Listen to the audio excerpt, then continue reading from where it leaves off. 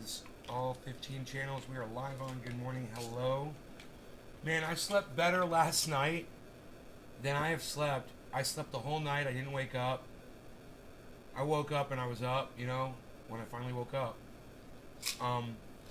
But it was the most invigorating, calming. Hey, J-Bone in Australia, what's up, buddy? It's about 9 p.m. over there right now? Let me know what time it is over there. Hey, time to smoke, huh? So, I attribute it to getting those plants done because knowing that they were out there, it's like a pin would drop and I would wake up.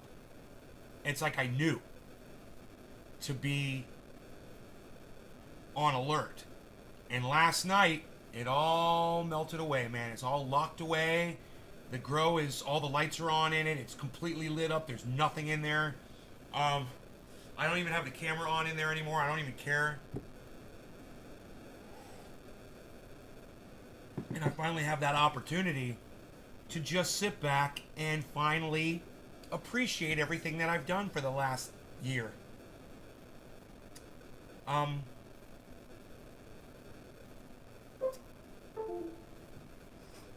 There goes my new drivers are being installed in there. That's why I kept looking in there. That computer crashes if you don't get the new updated drivers. It's, that's how Windows works. So stupid.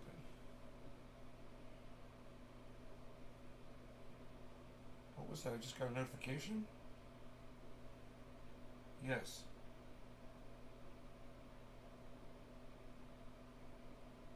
Flooding in Napa. Okay. There's some flooding in Napa.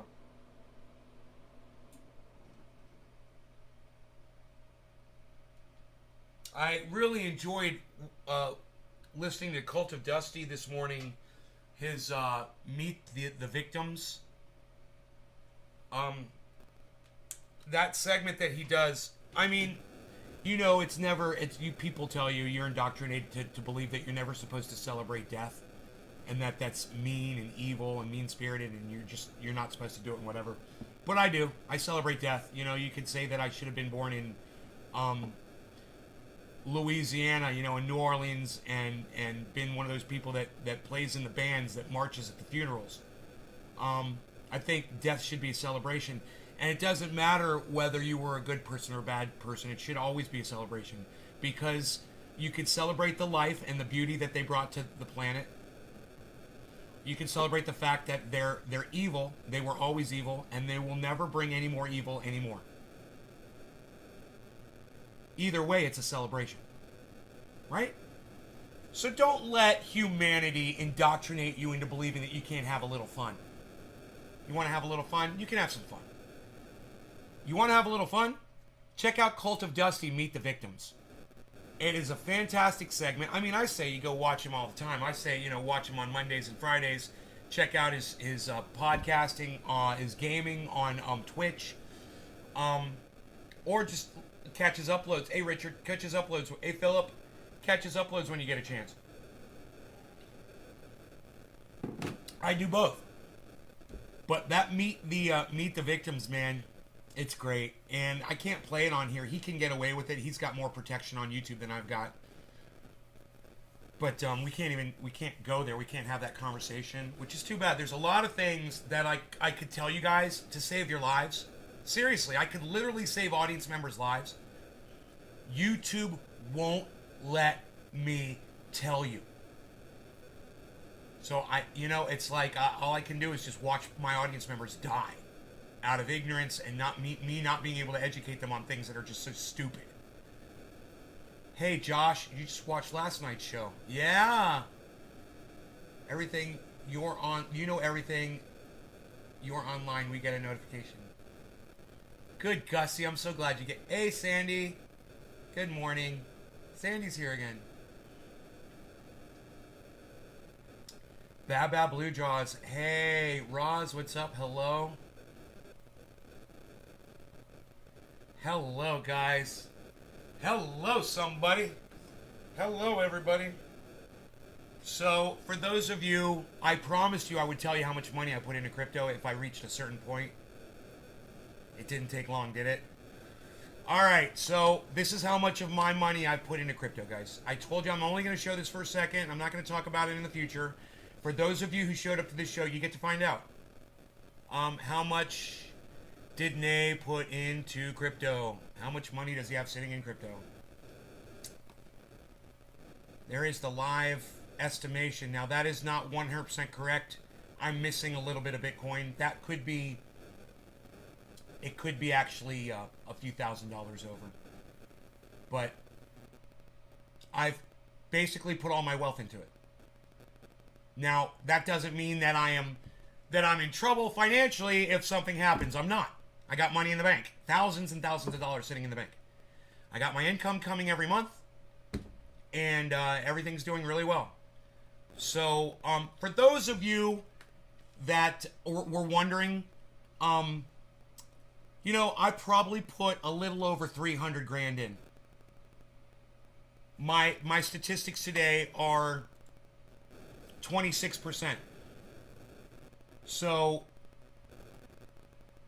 I've earned 25% of whatever I put in. So you get 26% of 424.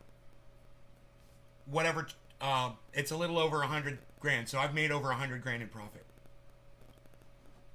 I've made over $100,000 in profit from fucking crypto, guys. And I couldn't tell you. I'd say, oh, I made tens of thousands, whatever. I've made 100,000. So, Jacob, thank you. Thank you. You like the Coin Bureau? Thank you, Jay. What software do I use to buy crypto? I recommend all kinds of software, man. Definitely use Celsius, Coinbase, Crypto.com, Uphold, Exodus, Gemini,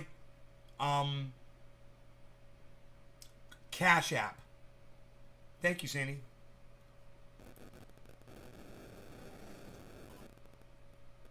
Now to find an exchange that takes cannabis for Bitcoin, you're going to have a surplus, right? So, when I show you that number, it's to try to entice you into doing it yourselves. And just remember, whatever I did, if you'd done what I did, you'd have a quarter extra of what you put in. So if you put 1,000 in, you'd have $1,250 now. If you'd done what I'd done, you would have made $250 off $1,000. Which software automatically sells if crypto drops? You can do that on Crypto.com. I believe allows you to sell. You're going to want to look at Coinbase Pro, which really does that good. You can set sales on a lot of these apps. I bought Matic and a couple others. You've made me money, bro. Thank you. J-Bone, right on, buddy. I'm so glad. And I want you guys to make money, and I want you guys to have money. I want you guys to be able to do all the things that you need to do in your lives. I want you all to be comfortable and happy. And I know, unfortunately, we all can't be there, you know. It hurts my heart.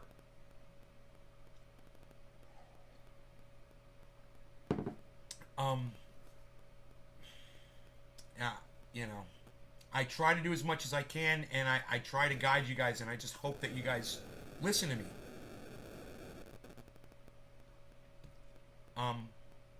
Yeah, it feels really good today, man, having all that freaking cannabis down, man. That was the biggest stress factor of my life. I was not getting good sleep, man. It's not healthy, man, you know? And, you made $15,000 off of Shiba Inu in 2 days, Billy Bong Thornton? Oh my god. It's fucking amazing. Nice. Did you pull your money out? You made a little over 3,000 so far? Was that really necessary? God, you're such a little psycho. You are a psycho. God, man, sometimes it's like, I think he's trying to fucking fuck with me. The cat. Yeah, let me get on that top of the hour. I want to take these pills real quick.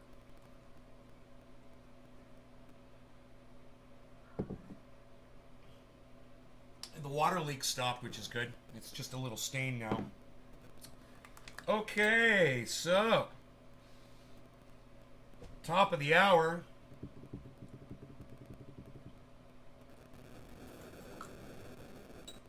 Actually, there's some dabs right there.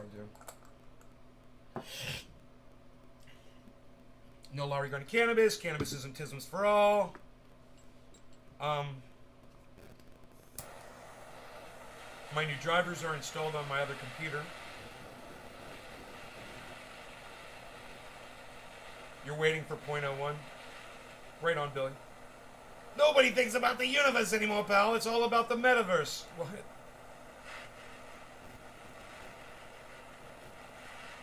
I'm so glad you guys are making money.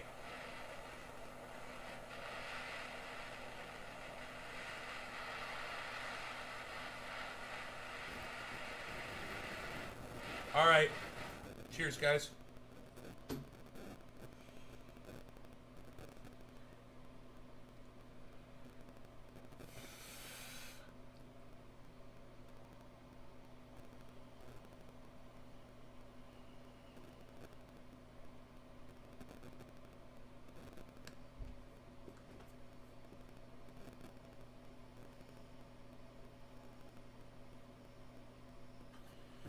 That's a big dab to start off the day. Holy shit.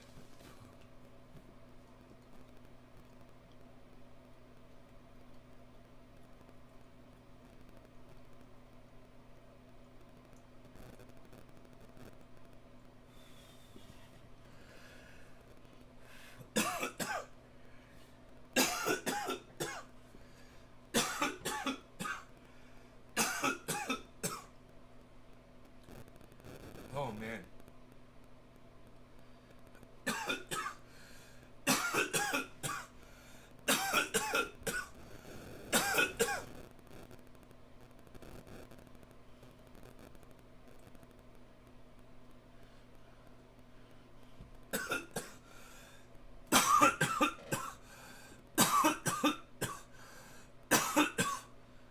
No, I'm not holding a bunch of Shiba fucking coins. No, I'm not. Fuck that shit.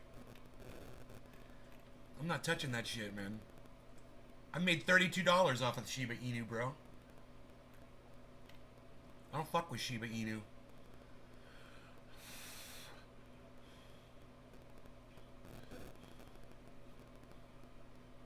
Wow, Saitama is kicking ass all of a sudden.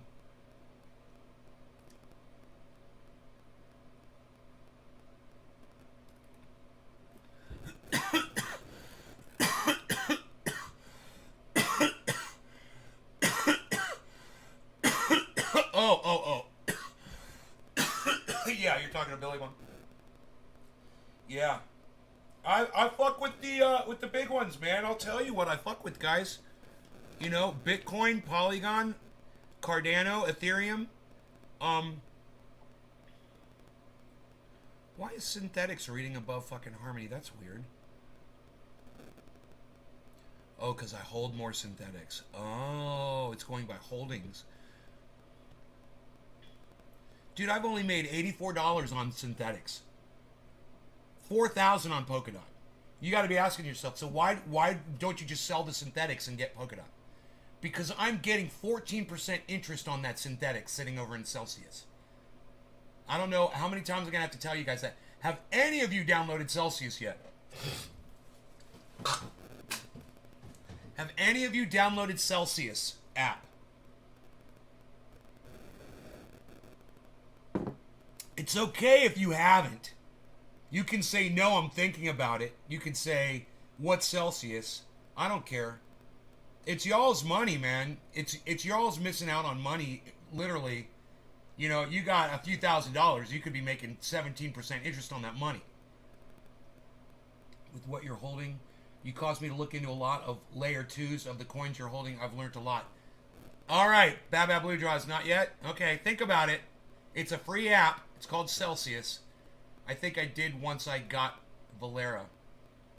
Valera, that sounds like a fucking disease. I caught Valera once. 14%, not bad. Never heard of Celsius. Billy Bong, you could take your money, some of it, you could transfer it into synthetics coin, swap it for synthetics, and your synthetics will get you 13.99% interest at Celsius. I mean, it's not 14%, but hey, man, could it be any closer than 13.99? I've got, somebody said they've got Celsius. J-Bone. J-Bone, you've got Celsius. Dude, did you use my code? Did you use my code to get Celsius? You guys that are interested, let me give you my code so you can get your, if you put in $400 of Bitcoin, you'll get $50 of Bitcoin. All right, hold on. Let me see if I can get that code for you. I put it on Twitter. It's on Twitter.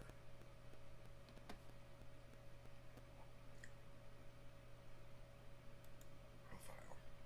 Okay, my pinned tweet is the, it's only got 24 likes and 17 retweets, so it doesn't have to be pinned anymore. You guys didn't give a fuck about that. I mean, you guys did, but most people didn't. We retweeted it 17 times. The whole thing about, fucking man, dude, you'd think women would have spread that all around, right? 17 retweets. That's fucking pathetic. You would think it would have gotten picked up by people. God damn, man. That's okay. So, the Celsius tweet. Join Celsius! I'll retweet it at myself again. Quote tweet. Look, I'm going to quote tweet it again to myself. At the Crypto Lark. At Coin Bureau. At the Moon Carl.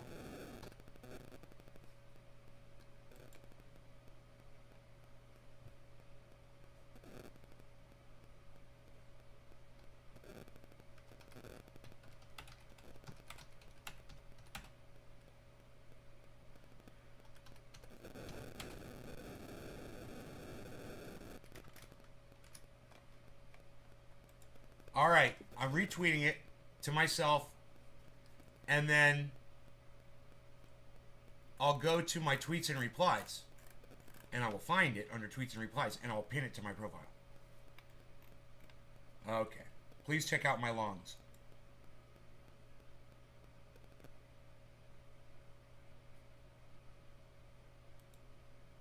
Look. That one that I pinned in my profile is a retweet. And in the retweet, you will find my code, which is... putting it in the chat for you guys. Here it is in the chat. If you guys want to earn $50 of free Bitcoin, if you've got 400 bucks and you want to immediately increase it, well, not immediately, but in 30 days, you put it in, you put your $400 of Bitcoin in, you will immediately get an eighth of that Bitcoin more added to what you've got. So,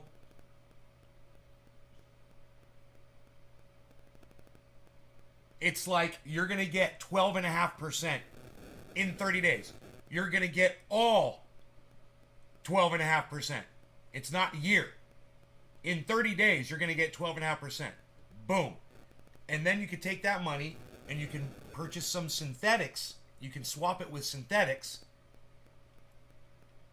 and hold that in Celsius and get that 13.99% interest on the I mean, if you've got, all I'm saying is, look, a lot of you don't have holdings, a lot of you don't have money in the bank, you don't even have a bank account, a lot of you don't have credit cards, debit. My mother doesn't even have a fucking debit card. So I understand that a lot of you don't have these things, but understand, if you would just consider securing a bank account and a debit card, putting a little money in that bank account, and using that debit card to fund a crypto account, you won't be missing out anymore. And once you get started, there's so many ways inside crypto you can make money. Someone said the other day, it's Killer GB, he's like, hey man, all crypto is a way for each other to pay each other, you know, to make payments and blah blah blah. Hey, man, it's a way that you can literally make money. I mean, literally become wealthy, become a millionaire using crypto. That's more than just a way to pay each other, isn't it?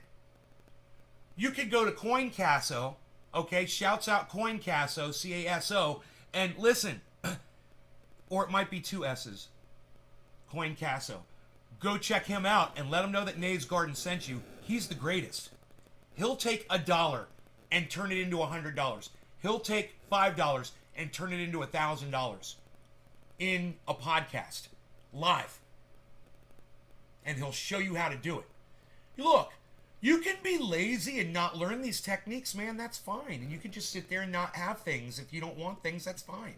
You don't need them. That's fine. You've learned to live the way you live and you're just not interested. But if you're bored and you've got access to the internet, you can literally just be sitting there educating yourself by watching videos of CoinCasso.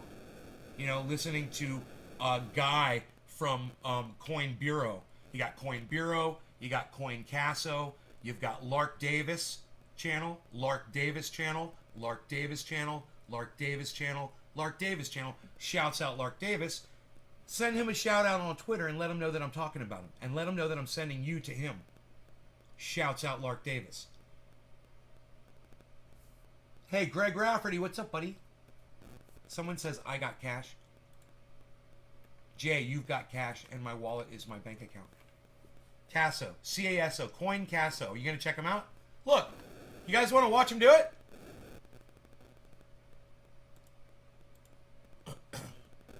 You guys want to watch CoinCasso fucking make a whole bunch of money off a little bit of money and literally just show you how to do it? Here, watch. CoinCasso.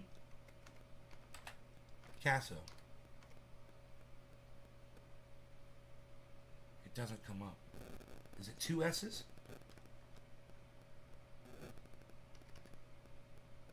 Yeah, it's one word. It's one word, CoinCasso, two S's. My bad.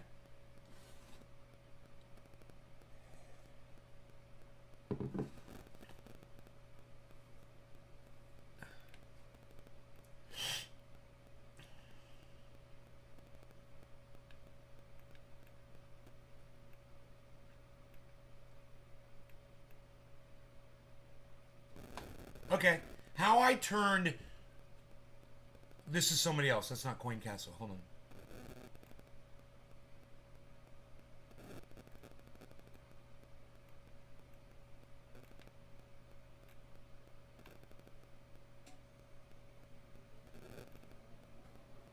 How to make money if Bitcoin price goes up or down on CoinCasso, options trading platform. That's pretty cool.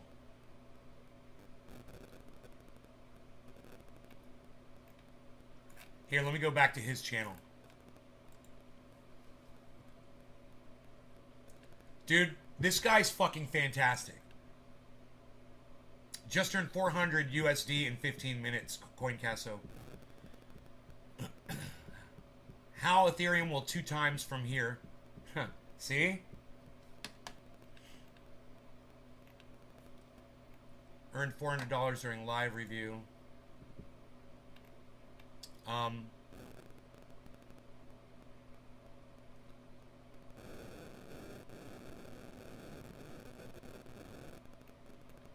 Bitcoin day trading.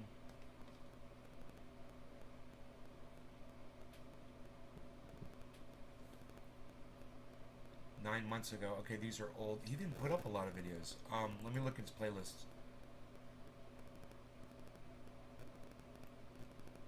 Huh. Okay, let me just grab one because I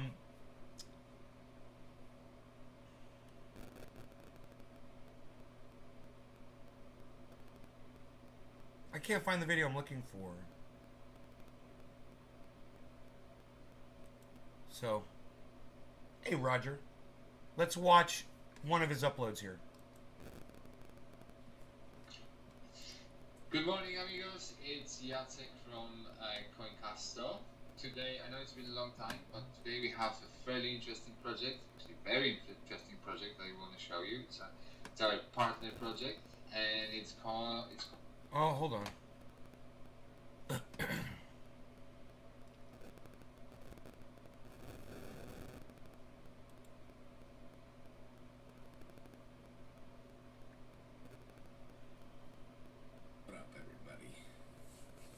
nice to have you back. I haven't seen you in a very long time. Glad everyone is here. It's late night. I'm tired. But we're gonna have ourselves a good stream tonight. We're gonna be playing some long short, be trying to make that money, make that paper, like the big man says. Alright, so, welcome to the show, everybody. If you guys do not know who I am, my name is Artie. I do a daily show called Crypto Lunch. We discuss hot topics in the crypto industry as well as doing live technical analysis on coins that you guys want to see. But at night, we go hard. We trade some Bitcoin, 60 seconds, in and out. We go hard. I love it. First, welcome everybody. Second, make sure you hit that button that looks like this. That way YouTube realizes that people like my show. Hit that button. More people. The second thing you can do is click the little arrow button. I love that he says hit the button and click the button. Yeah, bro. Right? Right? Be you, bro. Don't be a YouTube. You know these quick edit YouTubers, man. These jump cut YouTubers. Man, if there's one thing I fucking can't stand, it's a jump cut YouTuber. Fucking hate a jump cut YouTuber. Button, and that actually shares this stream on your social medias, so I can get more viewers. And I would greatly appreciate both of those things. Put it on Twitter, Insta, whatever you want to do. Okay, I had my pills today. It is Monday. Today is Monday. I had my pills on Monday. Big man, hello. Erasmus, you are crazy. Bitcoin's taking off right now. DJ, let's get this party started. All right, so if you guys would like to follow any of the links in the description down below, that would alleviate the pressure of you having to do this manually. So if you go through the links in the description below, you will be taken to a website called coincastle.com. It is a cryptocurrency exchange, or you can just go to coincastle.com. If you have not registered for an account yet, please click the blue register button. Signing up for an account takes like 2 minutes. It's super quick, and then just log in from there. Once you log in, you will be shown the cryptocurrency exchange. But we're not focusing on this type of Bitcoin trading. In the left-hand side, on the left-hand side, there is a bunch. So CoinCastle is where you can do that long shorting that he does, and you can make quick money really fast. Of different option menus, and you're gonna click on the apps. In the app section, I'm not interested in it at all. You click that. You click play. But I'm just saying it's available to you guys. It is available. And you are shown this up to the second chart of Bitcoin. Your number one goal is to choose whether the price is going to be higher or lower in 60 seconds. That is your time frame. You can choose any amount between 1 and 200 USDT. We have hotkeys here for 1, 10, and 200 USDT. If you think it's going to be higher, you click the long button. If you think it's going to be lower, you click the short button. Very simple. Let's start off this episode with 200 USDT. Do you guys agree with that, or do you think that's a little bit risque?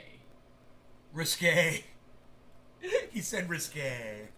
That was fucking funny. Well, it depends on where your USDT is. If your USDT is on like a private wallet, you got to transfer it to an exchange. That was the wrong word to use. Convert it to euros. It's kind of a lengthy process. Bitcoin trader, I tried to figure out your retracement video you made 3 months ago. However, when Consuelo Corneo, hello. Roger Batchelder, hello. Because you're getting in at the 50 as it hits the 50. You have to wait for it to hit the 50. Maybe it might go down to the 618, and then on its way back up, you get in the 50. Okay. Bitcoin's at 63,200, guys. $200 is a small loss. Nate, what up? Daniel, what up? Big man says start with 50. I'm gonna go with that. 50 USDT. See, and he's got a button there. It says long or short. You guys let me know in the comments section. He can literally just long and short it right there. Ba-bam. It's really cool software. Watch what he does. I'm thinking it actually might go down from here. I'm thinking, hey. Price went down. Cheers, guys. Up, rejected, came back down, came up, rejected at that same level, and is now kind of flatline. And usually when it flatlines, that means the bulls have run out of steam and the bears will take over. So I'm going to go in for a short position. And shut my eyes and find out. No. Yeah, essentially when it flatlines, that's just like them losing steam. So usually the bears take over, and then we see some downwards movement. I guess I was right. But I still have 30 seconds, so I could be wrong, because it's a 60-second trade. Here's the thing, though. If the thing dropped, then I did the Fibonacci retracement and marked the highest and the lowest along right, almost up to this. Looks like he fucked up. It's like BTC trader. Like me when he fucks up. What happened there? I'm like, oops. Is, yay, we won our first trade of the day. So, let me explain. Really quick, I'm going to minimize, I really hope this doesn't crash this. 39.21. So, but I still have 30 seconds. So, like, look, price went down. He just went from 38 to 39.20. Do you guys notice that? Look at his balance. Look at his balance. Usually when it flatlines, that means the bulls have run out of steam and the bears will take over. So I'm going to go in for a short position. Watch his balance. And watch this. Yeah, essentially when it flatlines, that's just like them losing steam. So usually the bears take over, and then we see some downwards movement. See that smile? He said, "Boom!" He should right there. He should have fucking gotten rid of it. Right. But I still have 30 seconds, so I could be wrong. because it's a 60-second trade. Here's the thing, though. If the thing dropped, then I get the Fibonacci retracement and mark the highest and the lowest, long range. Right. Almost up to this. Fibonacci. BTC Trader. What happened there is... Yay, we won our first trade. $80. So, let me explain. Boom. They just won $80. I'm going to minimize... I really hope this doesn't crash the live stream, but I'm going to attempt this. So, please don't crash. I've got him sped up, if you're I wondering. had better equipment, it wouldn't crash. But, essentially... I can speed him up even faster. He's talking so slow. BTC Trader. We'll No, it's only USDT in the game. double speed. Because he's talking so Okay, slow. so his question... Okay, so he's trading on the 15-minute. We're just going to quickly go over this. He almost sounds normal. So, let's just pick a random time so that it's not like, whatever. So, like right here. This is whatever. So, obviously, like, you're looking at swing high, swing low. Like, you don't want anything underneath it, you don't want anything above it in, like, the vicinity. So, you take your Fibonacci tool, you take it from the low to the high, you spread it across, and it came down to the 618, came up to the 236, like you were saying, came back down, didn't continue. Like, if it goes to the 236 and then continues down, like, that's probably going to be a reversal. So, like, you should be expecting that. Like, you're not going to be right every single time, but with this one, it retested twice on the 618 and then went up to take profit 1, take profit 2, and did not hit take profit 3, but that's why we move our stop losses. So, for example, on a short, you take this from the high point to the low point, and it retraced on the 50, came back, retraced on the 618. Dude, he just made $80 on a trade, just like that. And this is what I'm saying.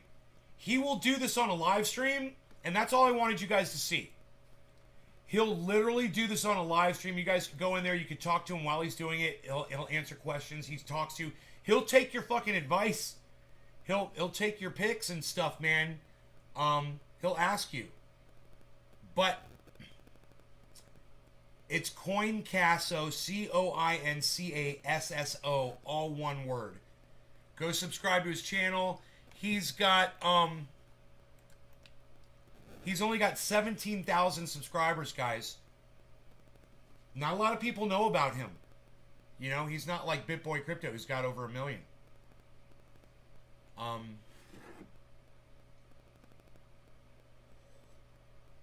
This is a young industry, and there's no reason why you can't go watch videos like that and go educate yourselves and just see if it's something you think you might be able to do. Because he literally just starts with a little bit of money sometimes when he's doing this, just to show you how to do it. You can literally start with $1.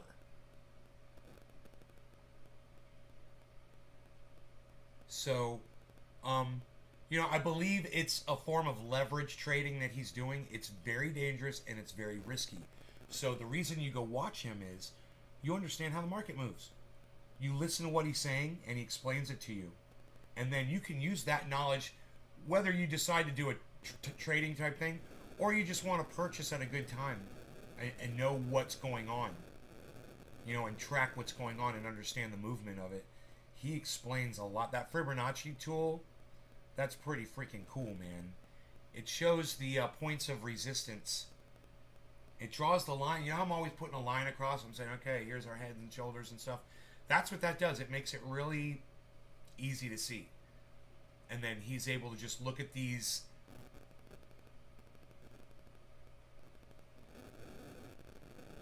patterns, these formations, these patterns on space formations, and know within seconds what it's going to do. And he does these second trades, you know, where he knows exactly what's going to happen right before it happens. He knows what's going to happen right before it happens, then he takes advantage of it. Right? If I'm watching Bitcoin and I'm trading with $1,000 and I know it's about to go up, then I'm going to sell. I'm going to buy right before it goes up, and then as soon as it goes up to as high as I think it's going to go up, I'm going to sell it and just work that trade, right? And this guy just gives you the information. He gives you the tools, the software, and his experience. And it's all free, man. And he's there. He's there to help you, man. He's there to enrich you and to... A lot of these guys are. You know, Lark Davis, guy from Coin Bureau, BitBoy Crypto. There's so many of them out there, you know. Carl the Moon. They will point to they'll bring up, and when they bring up that chart, you guys, don't go like this, like your Android, somebody just shut your power button off. Oh, there's a chart and he's talking about it. Instead, when they pull up a chart, look at the chart and look at what they're pointing at on the chart. Pay attention to what they're pointing at on the chart with their mouse while they're speaking. And you will start catching on, I promise you. Just don't shut down because you see a lot of information on the screen. Because when I first started this, that's all I saw was a bunch of numbers and lines, and they meant nothing to me. I didn't understand any of it. And, you know, there's a lot that I still don't understand, but just a base level that I have allows me to look at charts and kind of understand what's going on, and I feel very comfortable with them now. And I want to learn more. I'm not hungry. Hey, Karen, I'm not fucking hungry to actually, Karen, that's a good idea. I need to smoke. Thank you for sharing, Karen.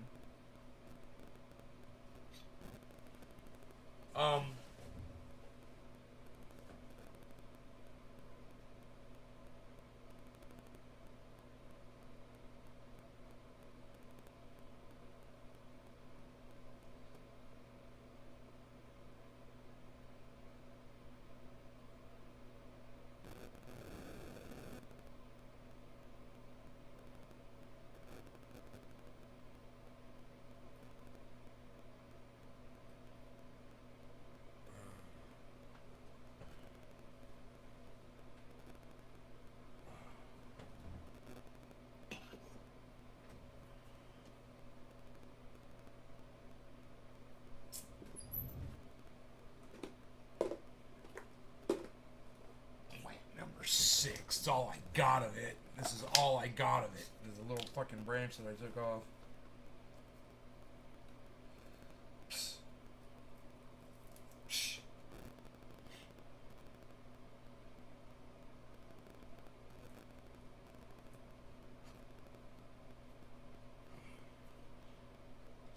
Hey Dub, what's up, son? How's the greenhouse? Greenhouse is empty, man. It's put back together. We put the roof back on. Then we went out. We harvested all the plants yesterday, and it's all on yesterday's uploads. The entire harvest. I've got it on my cell phone. Probably should upload that to YouTube. Actually, now that I think about it, but it's a half-hour video. The cell phone just doesn't do an upload well sometimes. So if I went to like a coffee shop, I could probably do it. Split the strains up a little. To split the strains up a little. Earn the interest. Just buy your preferred crypto and let me start. I have it down. Billy Bong, you don't even have to buy crypto. You could just put your crypto in there. Yes. All you have to do is store it in there. It's a wallet that gives you instant interest on your money. So you automatically start making, if you buy synthetics, I think it's SNX. Here.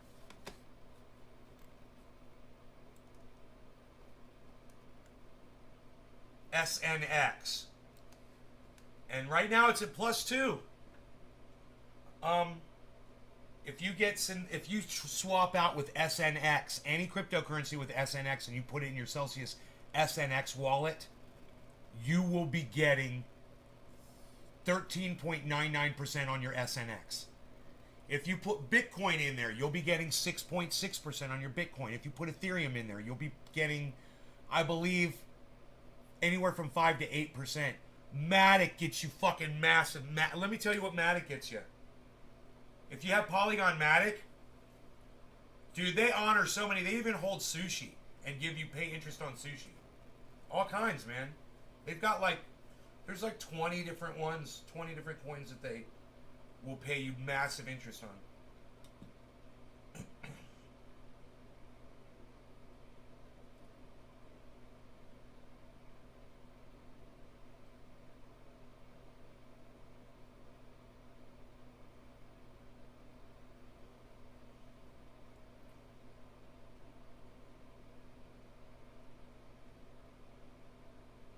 No, I never said anything to him about that. Hey, Josh, you know why I never said anything to him about that? Because that wedding cake is great. Don't get me wrong. Those other two strains I wasn't really too interested in, Plants 4 and 5. The purple one, I'm not interested in purple strains really that much. I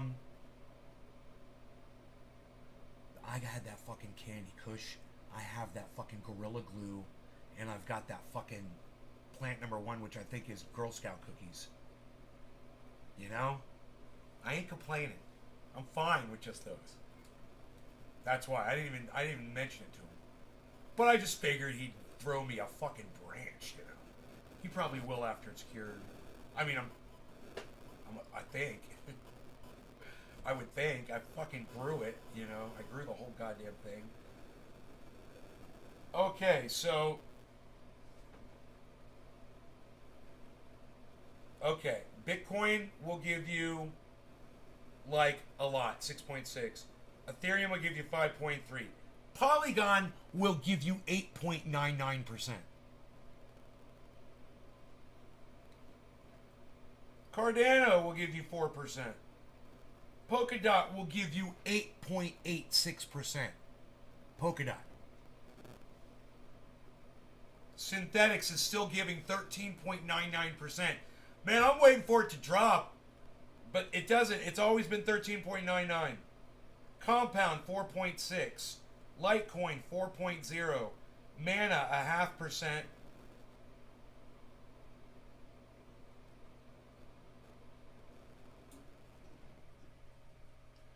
OMG 0.5%. Dash 4.6%. Ethereum Classic 3%.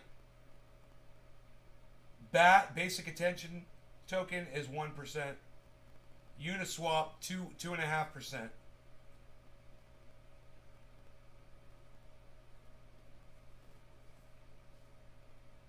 I'm waiting for my XRP, man. I hope they recover it. Sent it to the wrong fucking tag. Remember to check your tags before you send something, guys. If you're sending XRP, it requires a tag, not just a wallet. Double, triple check your tag. I made a mistake. I sent thousands of dollars of XRP, and it's in the ether right now. It's just floating there. And Celsius is going to try to get it back for me. It could take up to 90 days. Made a horrible, horrible, horrible, horrible, horrible mistake again with my crypto. But I'm learning, and I don't mind, though, because I'm making so much money, though. All right. No law regarding cannabis. Cannabisisms for all. Cheers, everybody. Did you drop Doge? Dude, I don't think I've dropped almost anything. I've got my Doge. Arf, arf, son. How is Doge today? Doge is 26 cents. I bought it at 5. I bought it at 5. It's 26 cents. Cheers, everybody.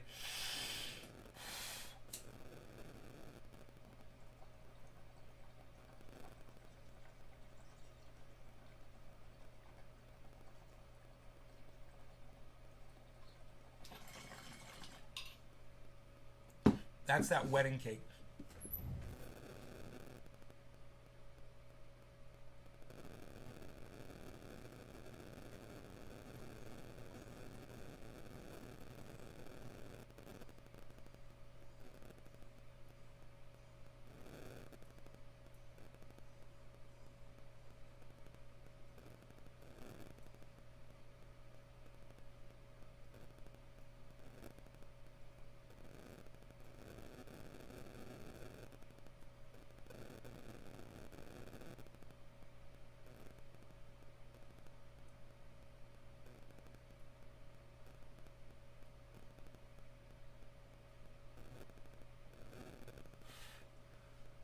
Keith Markham, how are you, buddy?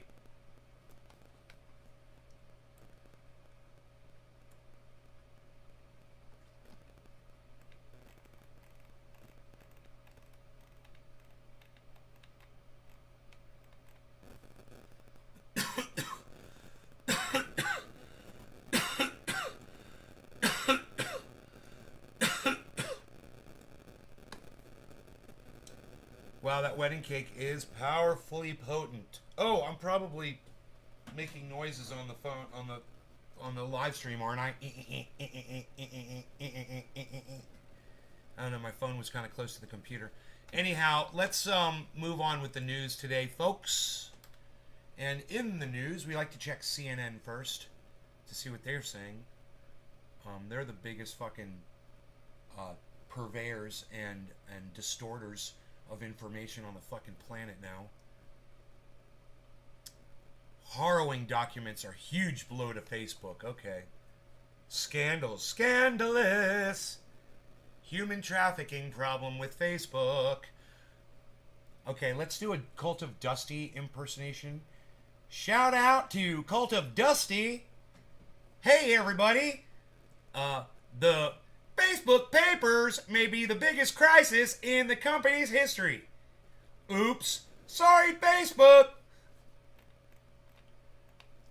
New York. Facebook has confronted whistleblowers, PR firestorms, and congressional inquiries in recent years, but now faces combination of all three at once in what could be the most intense and wide-ranging crisis in the company's 17-year history. On Friday, a consortium of 17 U.S. news organizations began publishing a series of stories collectively called The Facebook Papers, based on a trove of hundreds of internal company documents, which were included in disclosures made to the Securities and Exchange Commission and provided to Congress. On January 6th, Facebook executives condemned the attack on the US Capitol, but internally, some employees began to push back. Facebook, they suggested, was culpable. One writing in an internal Facebook company chat, "All due respect, but haven't we had enough time to figure out how to manage discourse without enabling violence? We've been fueling this fire for a long time, and we shouldn't be surprised it's now out of control." Another wrote they were tired of thoughts and prayers from Facebook leadership. There were dozens of Stop the Steal groups active up until yesterday, another Facebook employee responded. Stop the steal! Stop the steal! Stop the Steal, the conspiracy theory movement that helped fuel the insurrection, had been organizing on Facebook for months. How did you guys hear about this event today? Through Facebook. Facebook events, Instagram, how have you been promoting this? Well, I created a Facebook event for yesterday's event, and I posted after the fact that we were again coming today. I will be again making another event in regards to tomorrow. Facebook provided the fundamental coordinate. Jesus fucking Christ. Okay.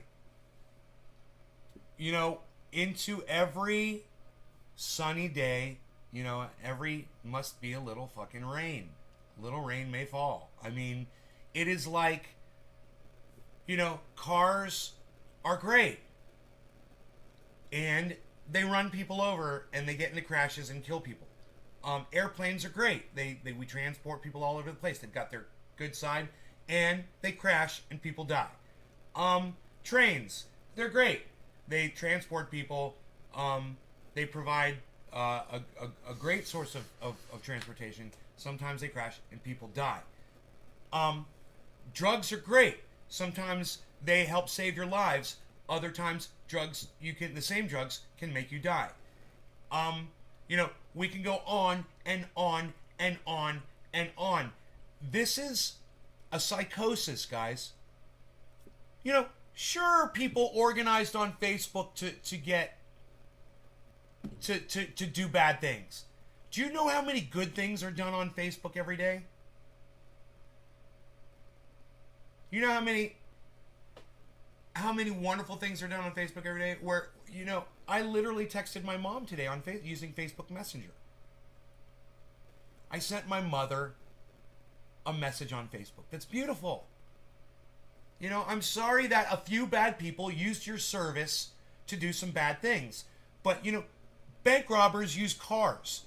You know, good people use guns for good things, for defense, self-defense, and bad people use them to rob people. It doesn't mean you get to take my guns away. You know, what are you proposing here with social media? Am I making sense about this, guys? Let me know. Because I don't even know if you guys are hearing me, man. The chat has stopped, and it's like, you guys, are you with me at all on this, or any of you?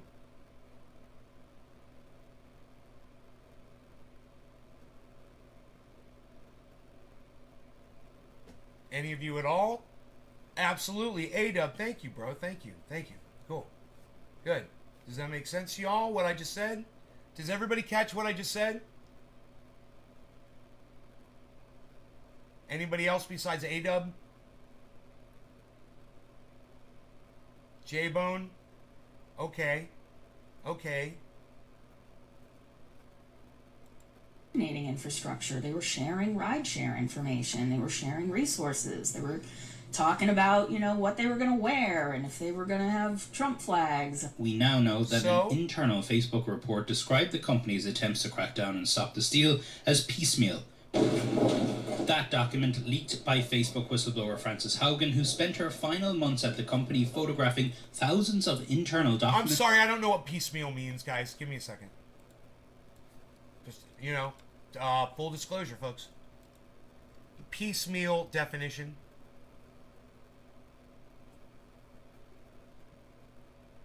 Partial measures. Like half measures. Unsystematic partial measures taken over a period of time.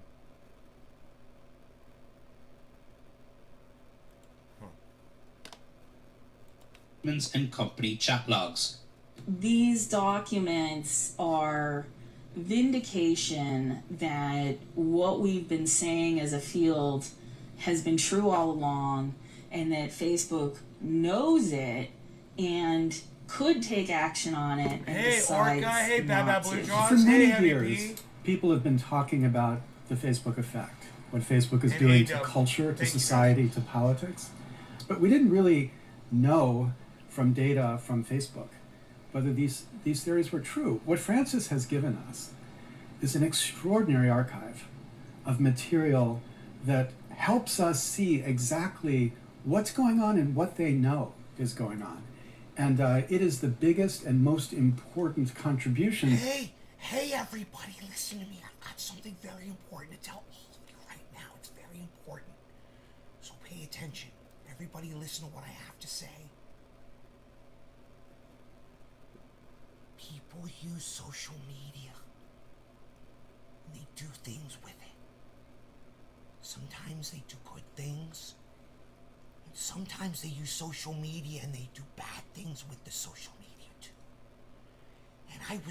And I'm here to tell you right now. I'm this man right here. I'm this man. I'm this man right here. I'm this man. We didn't know, but now we know that they knew. That the good things happen on social media, and the bad things happen on the social media too. Now we know it's all exposed for everyone to see. That the bad, and they knew it. They knew that the bad things were happening. Let me explain something to you about that. So it's crystal clear. Nobody knows more on my live stream than me about the trolls and the hate and the bad people and the subverts.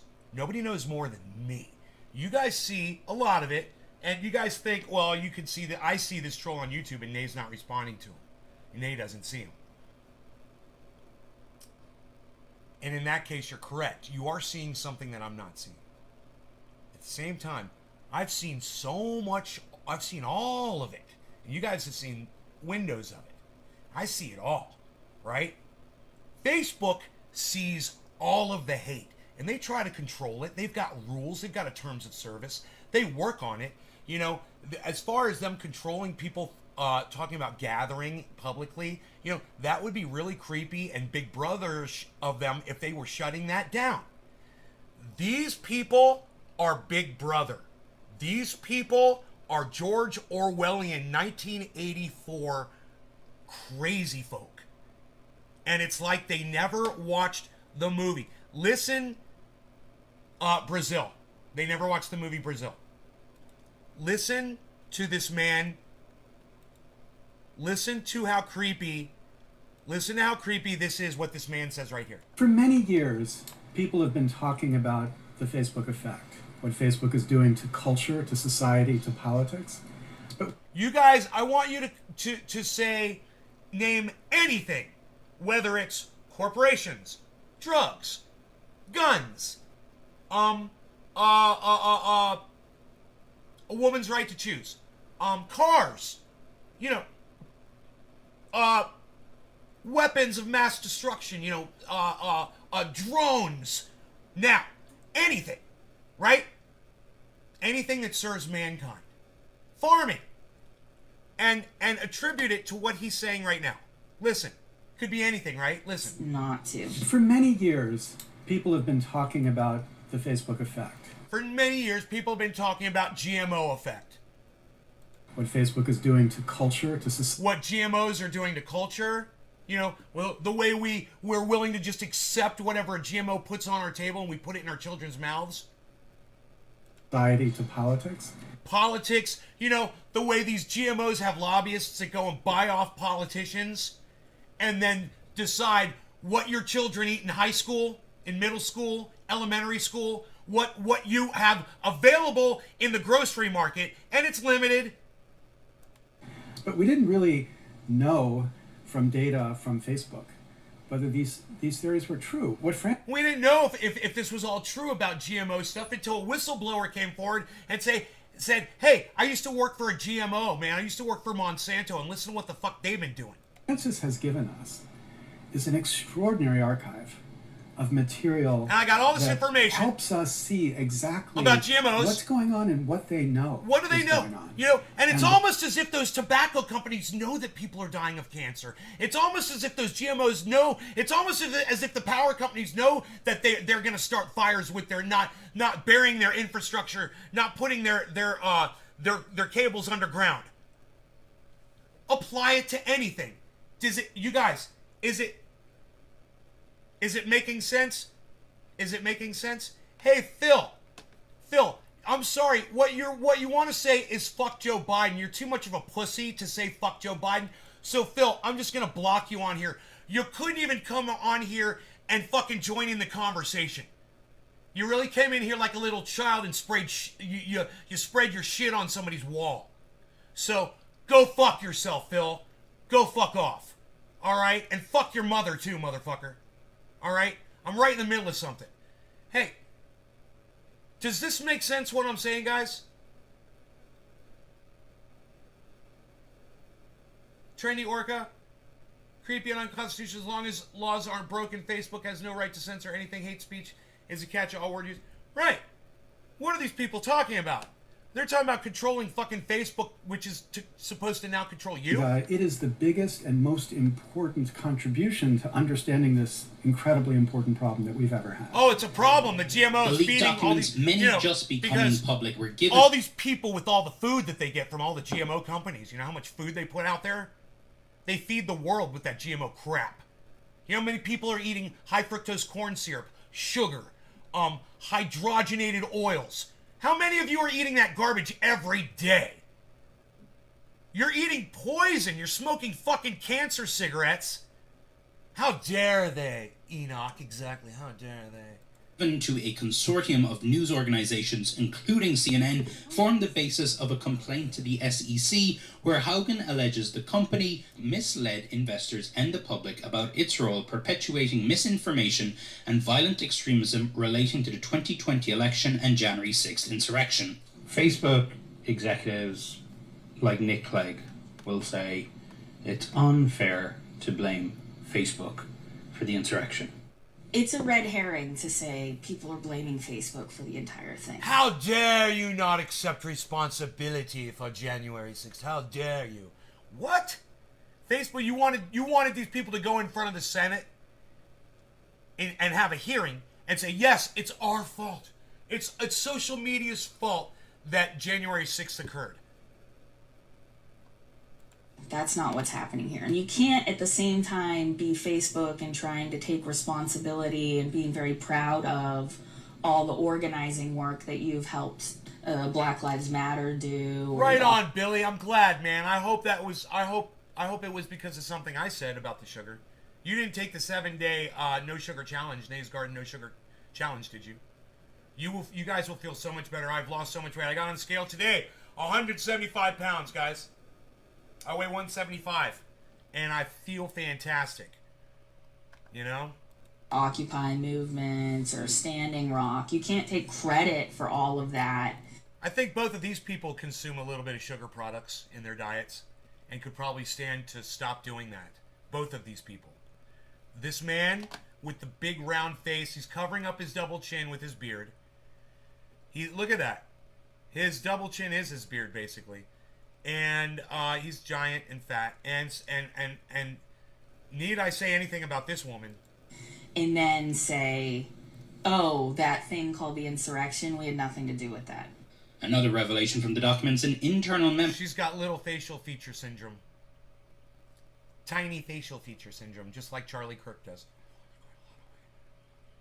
Yo, you didn't do the challenge. Looking good. Thank you, Trendy Orca. I haven't been able to stop putting sugar in my coffee. You gotta cut back, man. You gotta try to cut back. I still put sweetener in my coffee, but it's only 2 spoonfuls, man, of creamer and it's got sugar in it. So you can get a little bit, man. Just don't it doesn't look like from your John's 33, Porta John's 33. It doesn't look like you have an obesity issue. Just from your avatar, I'm just saying. Memo including details of a Facebook staffer setting up a test account to see what Facebook's algorithms were recommending to users. 2019, a Facebook employee sets up an account designed to look like a 41-year-old conservative mom living in North Carolina. Her name is Carol Smith. She likes a few pages. She likes Trump. She likes Fox News. But in a week, she's getting a QAnon recommendation. I saw in there that after 3 weeks, there was actually a recommendation for a page that was the 3 Percenters, the militia, self-described militia involved in the insurrection. Yeah. No, I mean, again, we've suspected this dynamic. Yeah. What's striking about what Francis has revealed is that we now know that Facebook itself saw this precisely. So these are like potato chips that they feed to somebody who's got a potato chip addiction. And that is the reality of the platform. It is an addiction engine, and it profits the more it can manipulate us to consume what we want to consume most. Wow, it's almost like you're putting in high fructose corn syrup and hydrogenated oils into your foods because you know people get addicted to it. It's almost like you use chemicals in your tobacco, like you know people will become addicted to it. You know, like it's almost like you'll name any fucking industry, man. You know, you will the video game industry, you will put in certain aspects of a game so that people will be manipulated into spending money while playing your video game. I don't know, man. Call it capitalism, guys. It's fucking evil. You know? Oh my God, Facebook practices capitalism. Holy shit, I better fucking tweet that. I better tweet that, man. I better inform the whole world.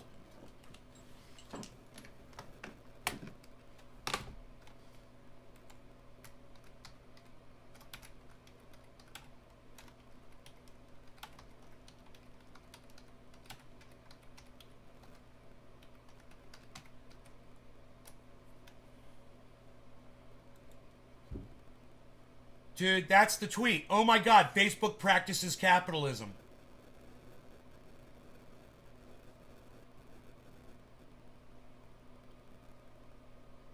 You know, this is fucking capitalism, guys.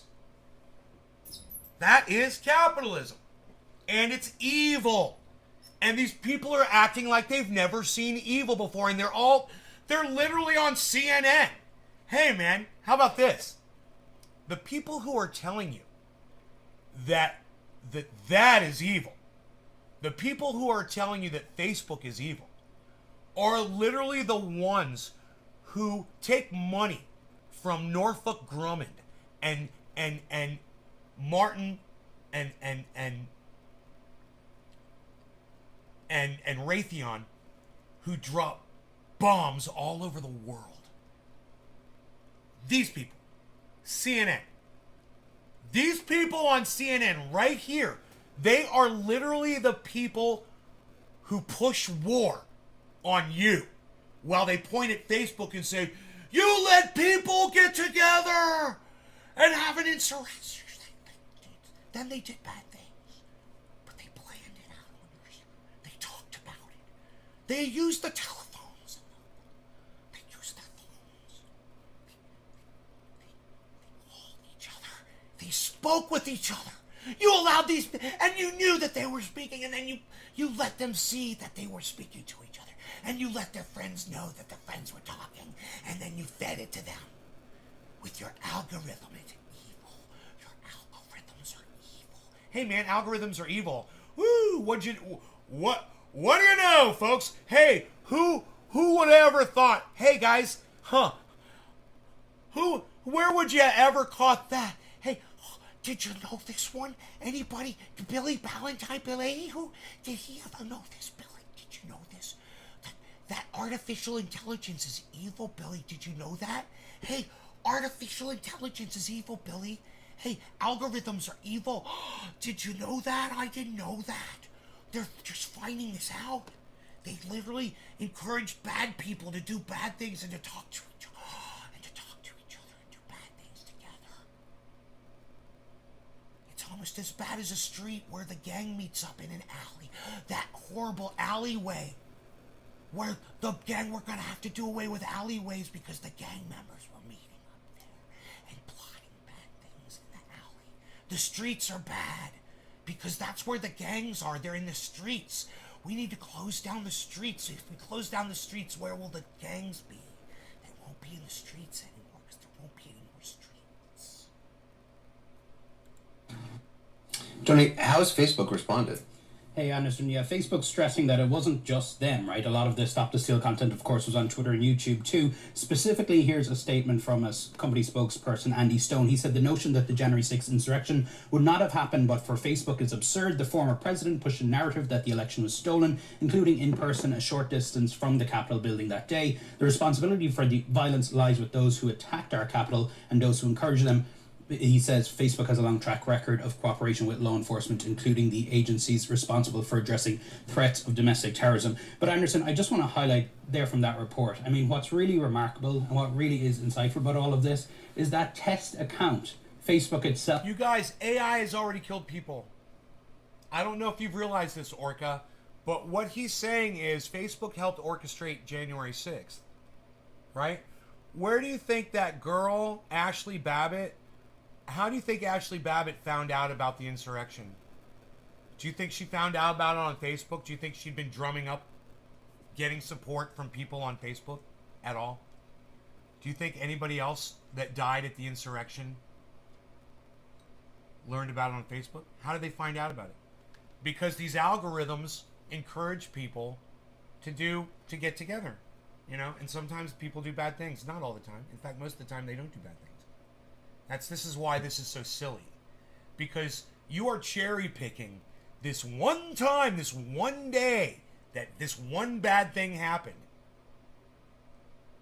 Steven Brooks, hey buddy, how the hell are you on a stream so often? I see you often, but don't have time always, but wow. I live stream 3 times a day because I have no life. That's a provable fact. This is my life.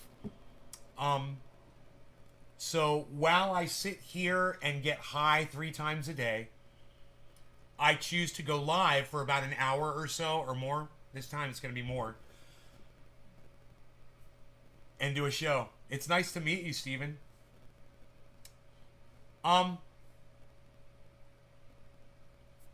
Back to artificial intelligence and the way it groups people together. And it does exactly what capitalism deems it to do. It makes them more money.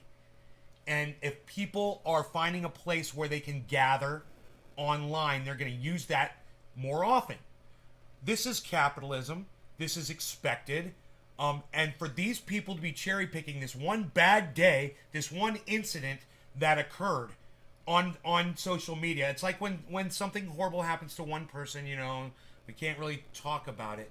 But when, you know, something bad happens, all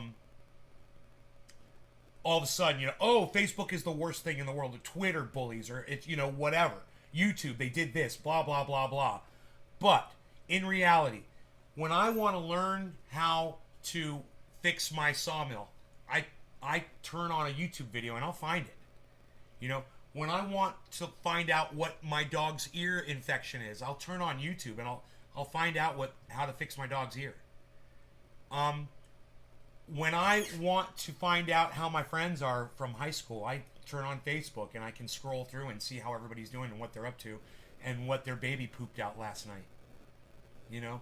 And when I want to find out what my political-minded friends and social-minded friends are doing, and if they're doing any activism stuff, you know, like getting out in the streets and doing protests, you know, this is the kind of thing that they're going to try to put an end to, guys. Well, then I go to Twitter to find that sort of thing. Or you might go to Facebook for that. Or now TikTok. But my point is this. All the beauty that all the social media offers all of us, and there's a lot of it out there.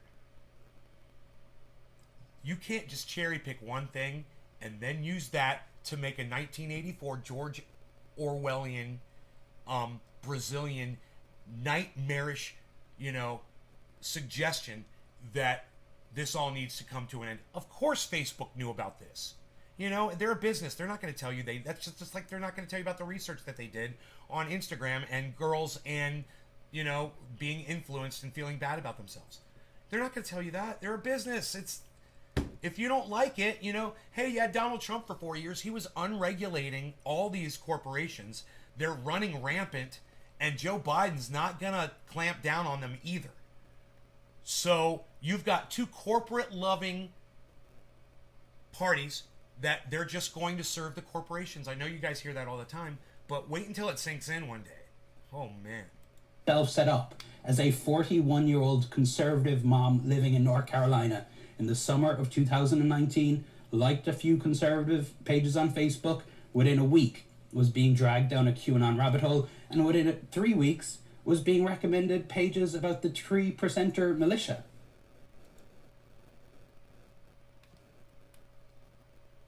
All right, now let's see what Zuckerberg had to say about this.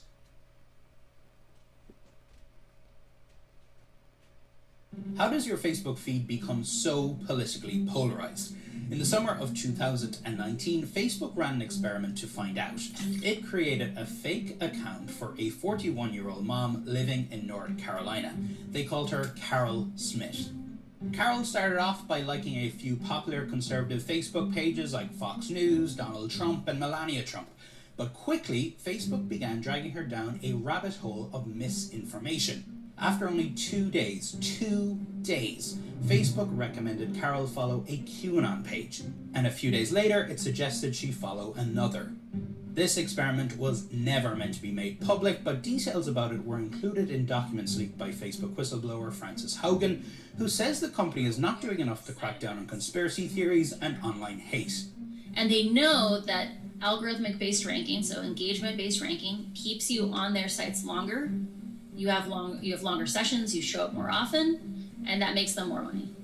By week 3 of the experiment, Carol's feed had become, quote, a constant flow of misleading and polarizing content, according to the Facebook employee who was running the account.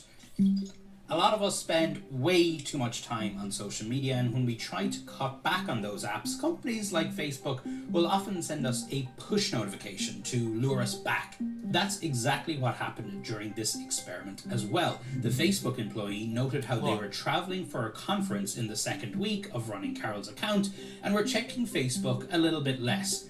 And so let me explain something to you. I'm just going to interrupt this because it's almost over. It's got like a minute left. Hey, Mr. Packet 420 testing.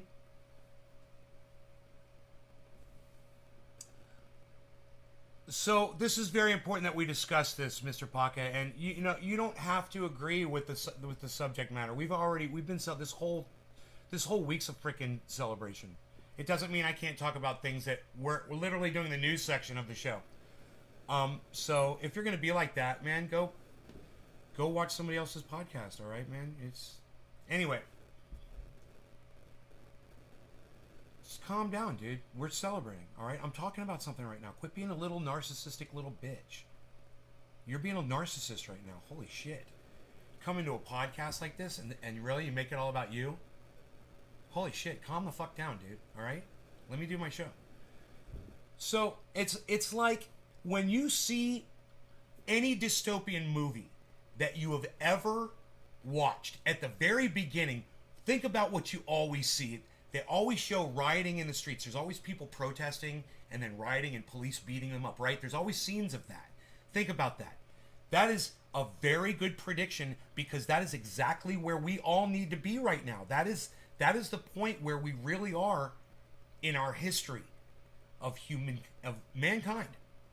We all need to be out in the streets protesting. There's a lot of people doing it right now, and this is a fantastic reason. Listen, it's the algorithms that are fucking turning us against each other, man. We need to do away with artificial intelligence. We need to do away with these algorithms. Algorithms are artificial intelligence.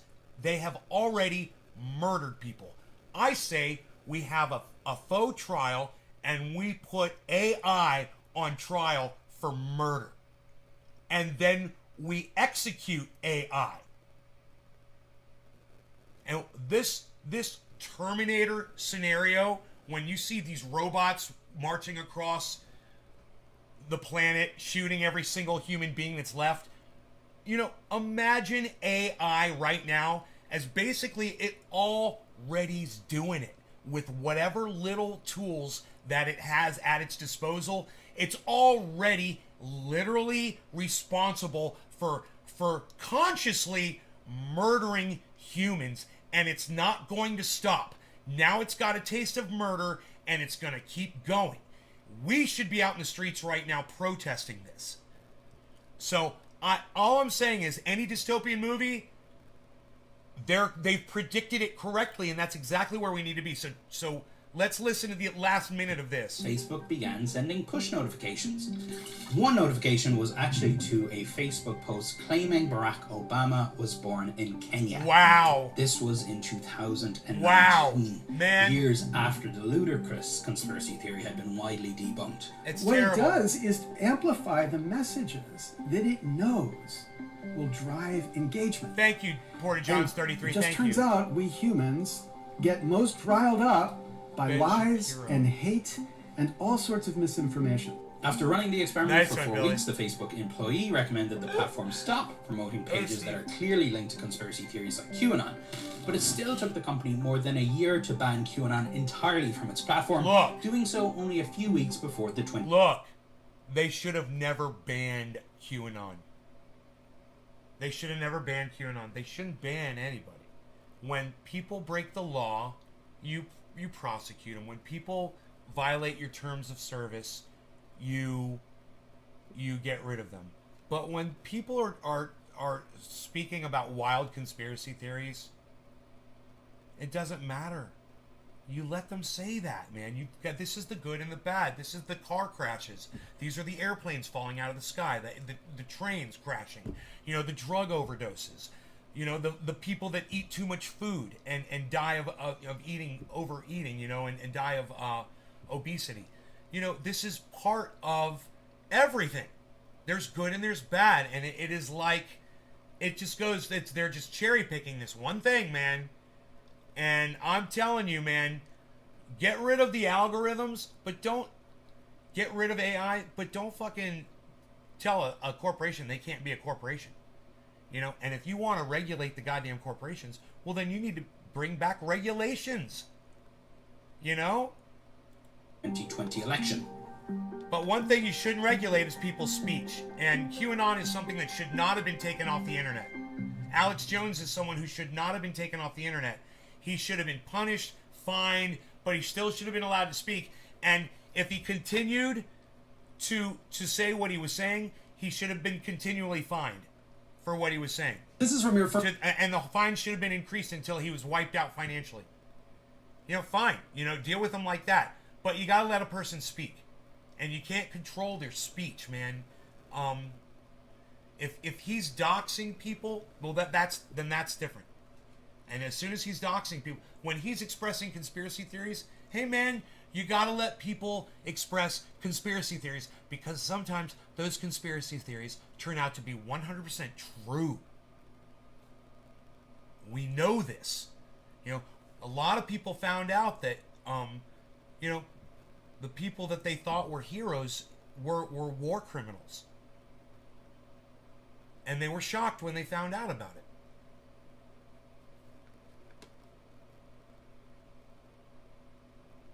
Man, I got to tell you guys, it's so much fun, and it's such a pleasure doing these shows for y'all when we've got an audience like this. Thank you, A-Dub. Cheers, Enoch.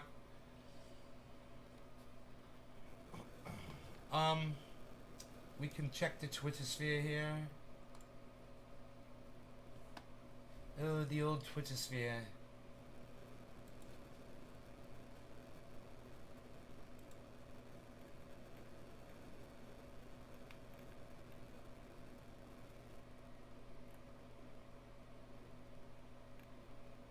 Oh, good. It got 3 retweets. Or, yes, it did. That's excellent. Thank you guys for the 3 retweets. That is beautiful.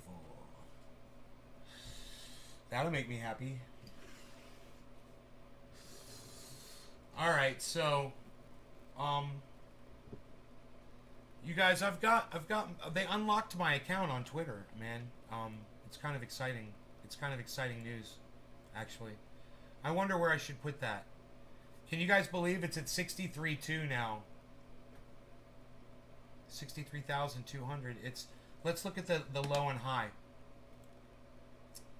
The 24-hour low is 59.5. And the 24-hour high is just $200 away from where it is right now, guys. We probably hit the daily high right now on the show, and I didn't even know. Yeah, we did. Just 10 minutes ago, we hit the 24-hour high. So we're about to hit another 24-hour high, I believe. So, that'll be fun, man. Let's see if that happens.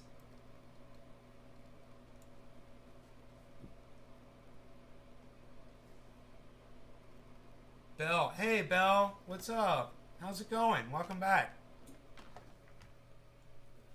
I got this bowl pack, man. Let's smoke it. No law regarding cannabis.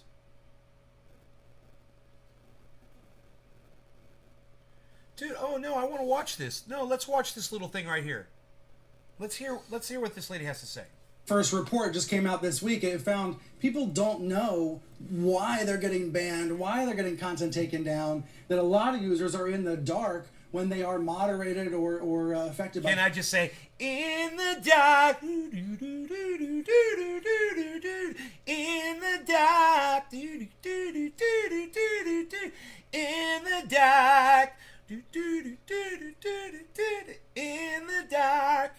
Facebook. So that seems like a big I know, problem. that was really bad. I know. It's terrible. Absolutely. When you don't get a coherent No, we're gonna answer get as to cannabis what is rule a you've for all supposedly the broken, celebration what exactly in your ensues post of violated the that harvest, rule, the what, if harvest anything, you can do to celebration, everybody, remediate it. yes. It's very black box. It's impossible to get a human being on the line to actually ask a question. Facebook treats individuals as users, not as customers. So there's no sort of customer service that we're, attuned to in other industries where, there's recourse, there's a website, there's a chat bot at least, and then you can escalate it to a human being if it's a serious subject. But correct me if I'm wrong, that's because the customers are the advertisers. That's right, but look, it's the users who are generating the profitability of this business, and that's part of a cultural shift that I think is necessary here. They've got to do more to police hatred, vitriol, bullying on the platform, and we're seeing that, coming out in spades through all of these different revelations.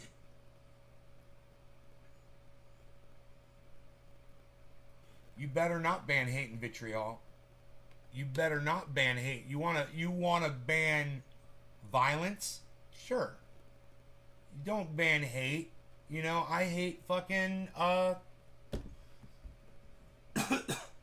rotten fucking food.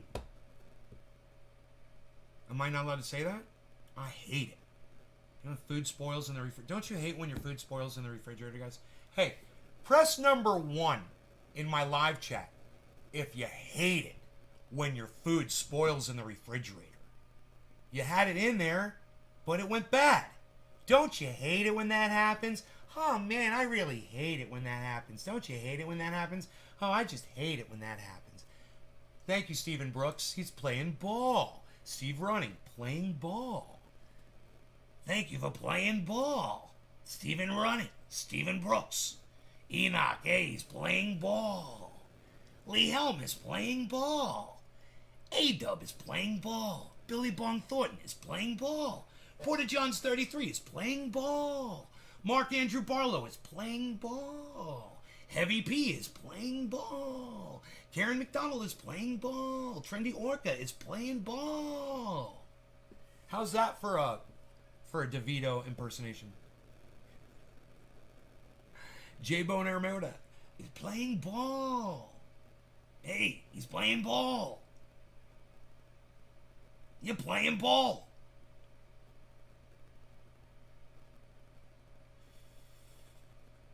There's the ball.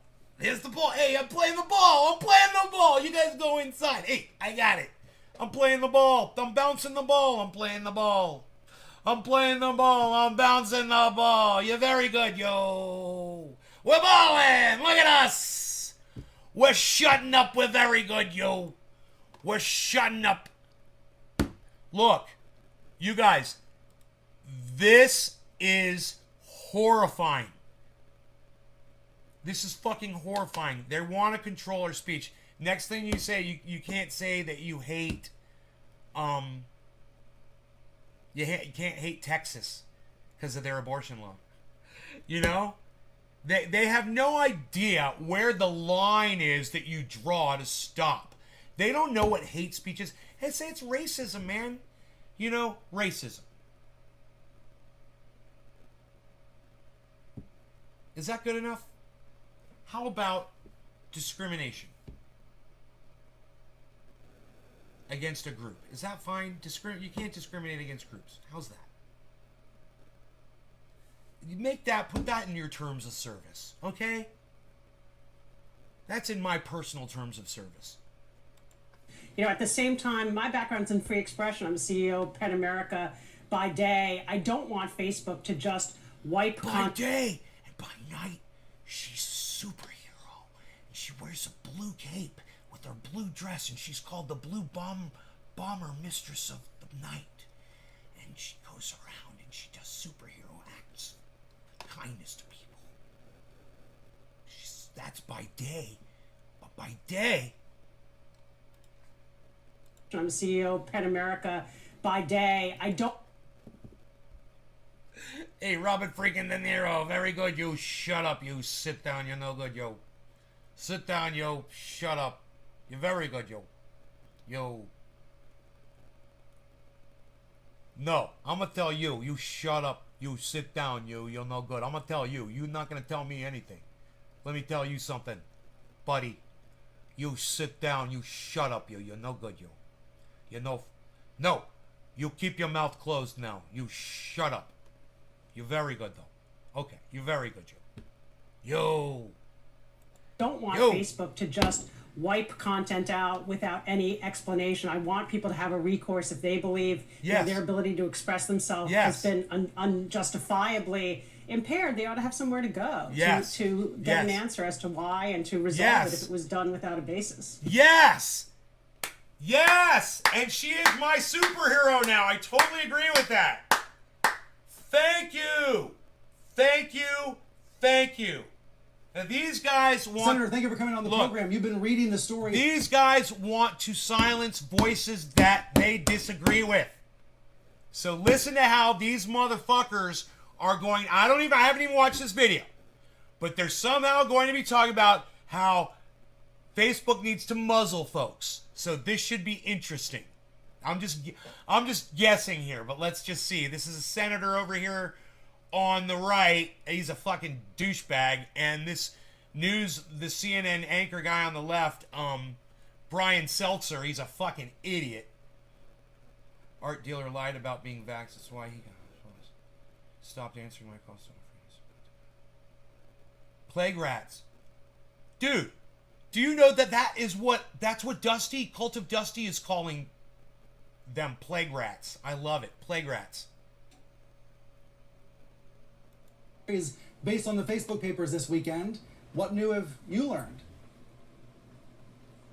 What we're seeing, Brian, is really a drumbeat of disclosures from Facebook and Instagram's own files. That point is really important because the research and studies that reveal Facebook putting profits over people are from Facebook's own files revealed to them long. Wow, putting profits over people from a senator.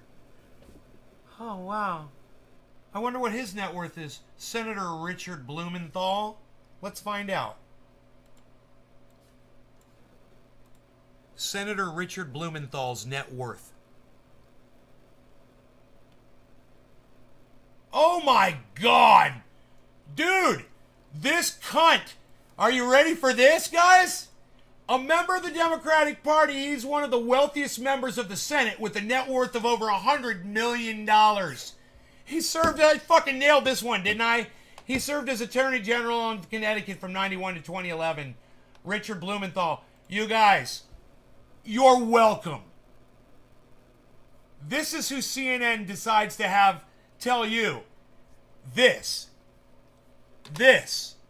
right here. He's going to tell you this. Seeing, Brian, is really a drumbeat of disclosures from Facebook and Instagram's own files. That point is really important because the research and studies that reveal Facebook putting profits over people are from being profits over people. Being profits over people are.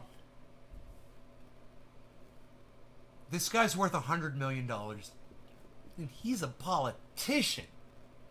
And he's telling you that your social media platform that you use every day, that you're literally using right now to watch this offensive, highly offensive and controversial show, are putting profits over people. The $100 million man. He's in trouble for lying about having fought in Vietnam, Billy. Oh, back in 2010. So stolen valor guy too. Plus, literally a criminal. Said that he fought in Vietnam. That's a good one. He remembers way back in Nam where he never fucking fought. You know, that's the extent of the story that he can tell us about Vietnam. Yeah, I remember way back in Nam. You know, that was when I couldn't do anything. That's right, way back. I didn't fight a day. That's his story. You guys want to hear some hypocrisy now that we know this is the $100 million? Dude, when I started this video, we were literally 27 seconds in. And all I had to do was just tell you what this man was worth. He's worth $1/10 billion, everybody. This single person who's a lifetime politician is worth $1/10 billion. And he's going to tell you that Facebook is putting profits over people, Peter. Can't you believe this, people? Nothing to see here, people. Back it up.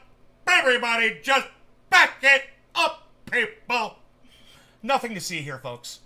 Are from Facebook's own files revealed to them long before it was revealed to us, and yet they disregarded them and continued exploiting children to fatten their bottom lines. And I think what we're seeing here is a building drumbeat for accountability, a movement he wants accountability that will require disclosure. Dude, how did you become a fucking 100 millionaire? How did you become a 100 millionaire, bro? What did you do? What did you do? How did you become a 100 millionaire? Dude, do you want to see my harvest? We've been harvesting for the last 3 weeks. Disclosure of the powerful algorithms that drive destructive content to children and others, the hate speech Candy Kush in foreign countries, but also the anger and depression that is amplified by those algorithms as it leads children down rabbit holes in this kind of feedback cycle. So be prepared for more disclosures coming this week and in the coming weeks. You've been putting pressure on Mark Zuckerberg to test. They've all heard about climate feedback loops. Now they're all starting to talk about feedback. Isn't it funny? testify before applying your it to committee. other things. What day? Can you tell us when he's coming? I wish I could. I wish Mark Zuckerberg would stand up to his responsibility. You know, he controls that company in a way few other single individuals do in corporate America, and he should be held accountable. So should Facebook for the kind of destructive content they are pushing. And we're asking not only for Mark Zuckerberg, but disclosure of all of these documents that you're seeing now. Hey, you guys, I want you all to see what Mr. Paca just said, because he just lied to all of you. Why would you lie to my audience, bro? Look at this. Look. Look how many people are watching. There's literally 28 people. And this guy just said, I guess that's why there's only 10 people watching. I've got almost 30 people watching, Mr. Paca. So, I tell you what. Why don't I get rid of you? Alright? Boom. Okay? And we'll keep going. What do you guys think about that? Do you like that idea? I like that idea. In real time from other whistleblowers, and we anticipate and hope there will be more whistleblowers. That's interesting. Have you heard from any others? We know of others. We hope to hear from others. We hope that we'll have testimony from others if they're willing to step forward. I think what you're seeing is Facebook employees who are disgusted and fed up, saying enough is enough, coming forward. Well, it's almost like he's talking about politicians. Do you hear that?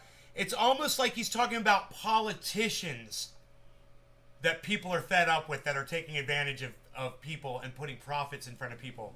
And, you know, not giving us Medicare for all, not getting us out of foreign wars, not doing all of the things that the majority of Americans want and that agree on. They're not doing any of it.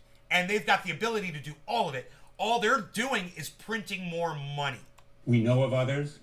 We hope to hear from others. We hope that we'll have testimony from others if they're willing to step forward. I think what you're seeing is Facebook employees who are disgusted and just fed up, saying enough is enough, coming forward because Facebook itself disbanded that civic integrity unit that was supposed to impose some accountability. Wow. Civic integrity, accountability, the 100 millionaire that says he's there to help you, but all he's doing is prosecuting other corporations, you know, persecuting Mark Zuckerberg. You need to persecute the goddamn AI. You need to get rid of the algorithm. That's all. Get rid of the stupid algorithm. That's it. Get rid of the fucking algorithm. You get rid of the fucking algorithm. And I tell you what's going to happen, man. People like Donald Trump are going to create other social media platforms. And they're not going to be like, you know, what's his called? Lies? Is that so? What's the name of Donald Trump's new social media platform? Is it called Lies? Yeah, something like that. Anyway, you know, there's going to be, and there already are, social media platforms where there won't be an algorithm, and you will flock to those places. You know, Trovo tried to pose as one, but they don't allow me to use my cannabis, my legal, grown right here, no illegal transactions involved, just completely legal cannabis use on this show. And they won't let me broadcast on Trovo. So that's, you know, literally these social media platforms, they'll claim that they're free speech platform and they allow all of it, but they won't even allow me to, you know, do a bong hit. Well, YouTube allows me to do a bong hit. Facebook allows me to do a bong hit. Twitter allows me to do a bong hit. Instagram allows me to do a bong hit. And, you know, TikTok does not. And what you guys need to realize is the ones that do, they need to stop choking us back, stop algorithming us, and let us do our thing. Let us reach our audiences and let us reach our potentials, because we can change the world in a beautiful way, you know? But you have to give us our voices back, and it's the algorithms and the artificial intelligence. It's the same thing, you know, the algorithm intelligence, or algorithm intelligentsia, AI. That's what it is. It's AI is algorithm intelligentsia. Man.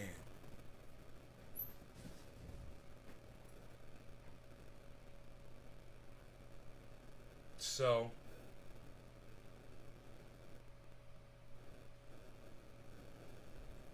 you will be hearing that term more and more now that I've made it up. Algorithm intelligentsia, that is our enemy. It's not Facebook, it's not Twitter, it's not Jack, it's not YouTube.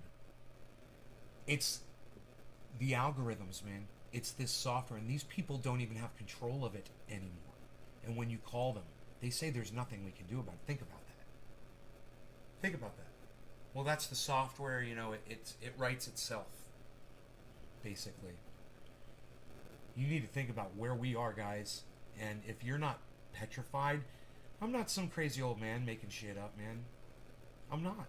This literally, people have already been murdered by AI, algorithm intelligentsia. And I think we should all be mortified, horrified, out in the street protesting it and begging that people like this don't go after Mark Zuckerberg, but just ban the fucking algorithm, man. Just ban the fucking algorithm. That's all. You know, and then Amazon won't be able to have little fucking pictures of the thing you just bought last week, you know, all over your goddamn screen. You know, oh wow, I wonder how much money they're making off of that. Hey man, look, you just bought this thing last week. Here's another version of it. You want this one too? No, I've already got one from you, you idiots. That's an algorithm, man. Ban the algorithm. It's already gone too far. We are already there. People have died. And I don't blame Mark Zuckerberg. I don't blame the car for the car accident. You know, I don't blame Henry Ford when somebody gets run over by a car. You know, there's people that died at that drag race. I don't blame the Chevy Corporation, you know, or GM. It's not their fault, man.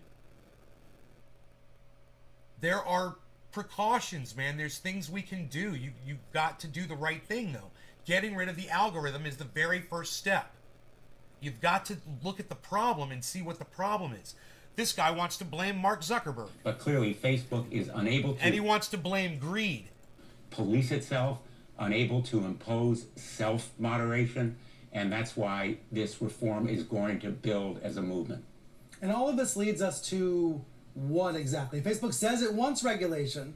What exactly are you hoping to accomplish? What we're hearing from Facebook is platitudes and bromides. When it says it wants regulation, at the same time, it is fighting that regulation tooth and nail, day and night, with armies of lawyers, millions of dollars in lobbying.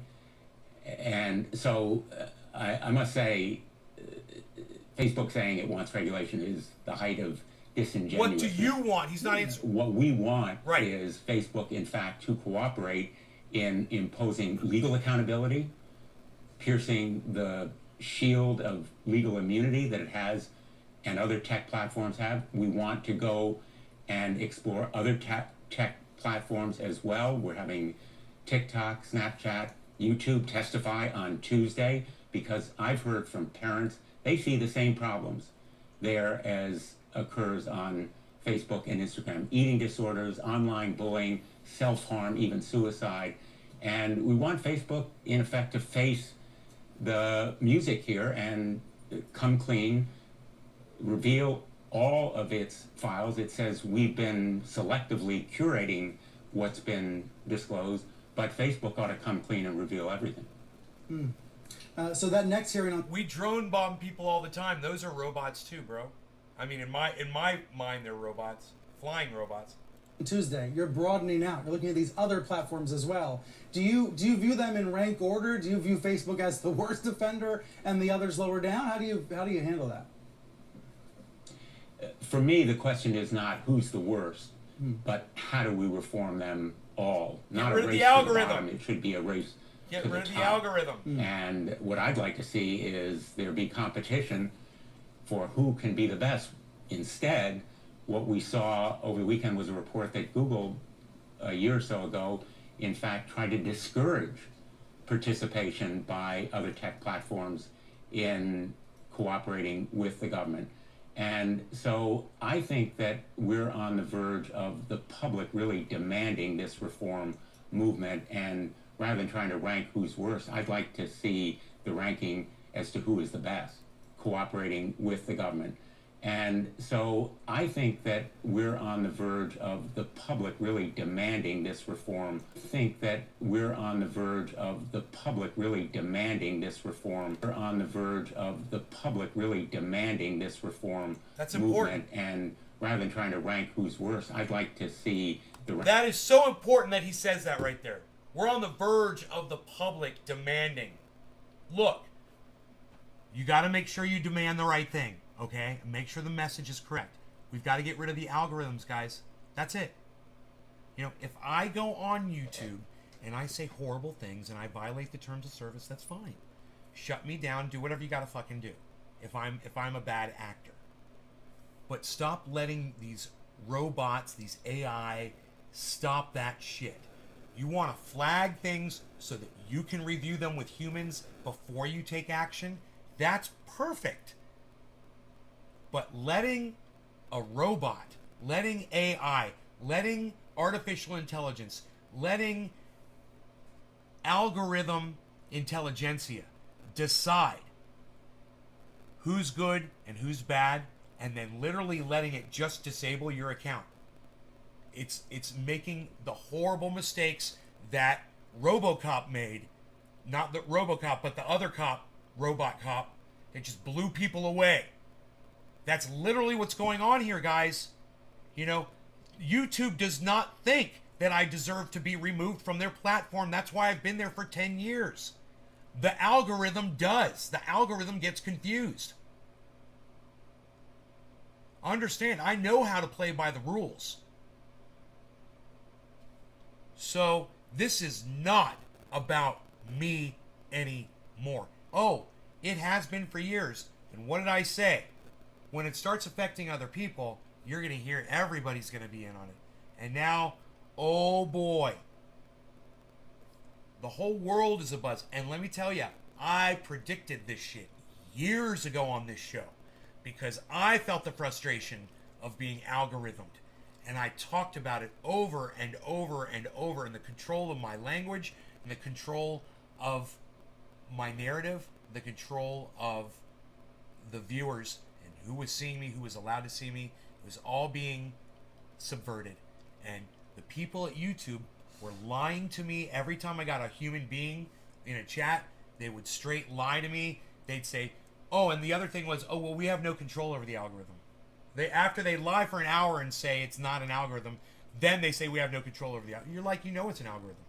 You can scientifically prove it's a freaking algorithm, and now they're talking about it. So... it's the algorithm, okay? It's the algorithm intelligentsia. It must be stopped. It must be treated like the criminal murderer that it is.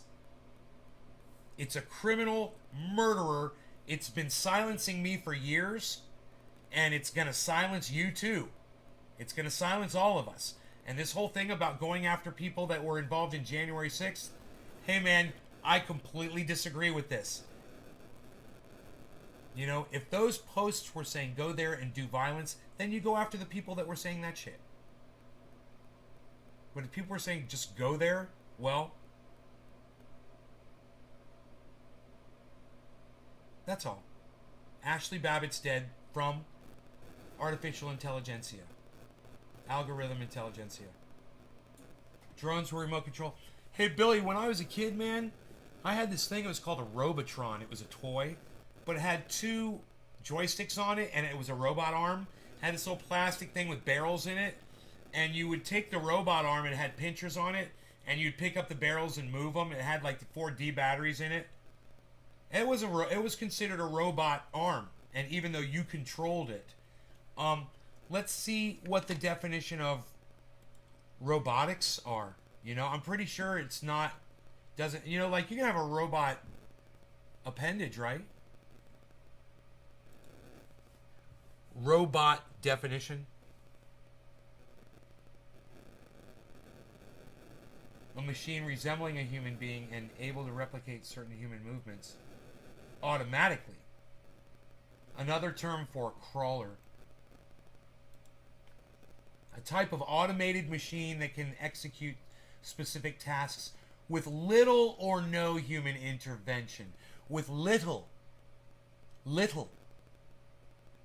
So, dude, a person looking on a screen while that thing flies and fires the missile and all you gotta do is press a button, I don't know, man. It's debatable. It's debatable whether or not... Let's ask Google if a drone is a robot. Is a drone a robot? Drones are more formally known According to IoT Agenda, Tech Target, essentially, a drone is a flying robot that can be remotely controlled or fly autonomously through software-controlled flight plans in their embedded systems, working in conjunction with onboard sensors and GPS. Dude, AI is also GPS. You could totally... Drones can be completely automated, man. You know, you could program a drone to go murder somebody. It wouldn't be that hard to do either. In fact, the Taliban's already, or ISIS is already doing that shit. In that case. Right? Right? I'm telling you, dude, we're not even... These robot-armed dogs with the fucking sniper rifles built on top of them, I'm telling you, that's the least of our worries right now. What we need to worry about is the brain. And the brain is already... And, you know, blockchain, man, we've got to be careful. Oh, my God. Because there's a lot of... Okay, look. You guys have to see this, okay? Remember when I told you Shiba Inu wants AI to murder all of us? I did a show, and then I pulled it up. Dude, it was Shiba Inu, two people, I think it was Jack Dorsey from Twitter, and it was Elon Musk. Did anybody else see that? Listen, they want to bring AI into the blockchain big time. And that is going to be the worst mistake that we ever make. And of course, idiots like Elon Musk and Jack Dorsey want to do it. And they said it on they're talking about how important AI for blockchain. You guys, no.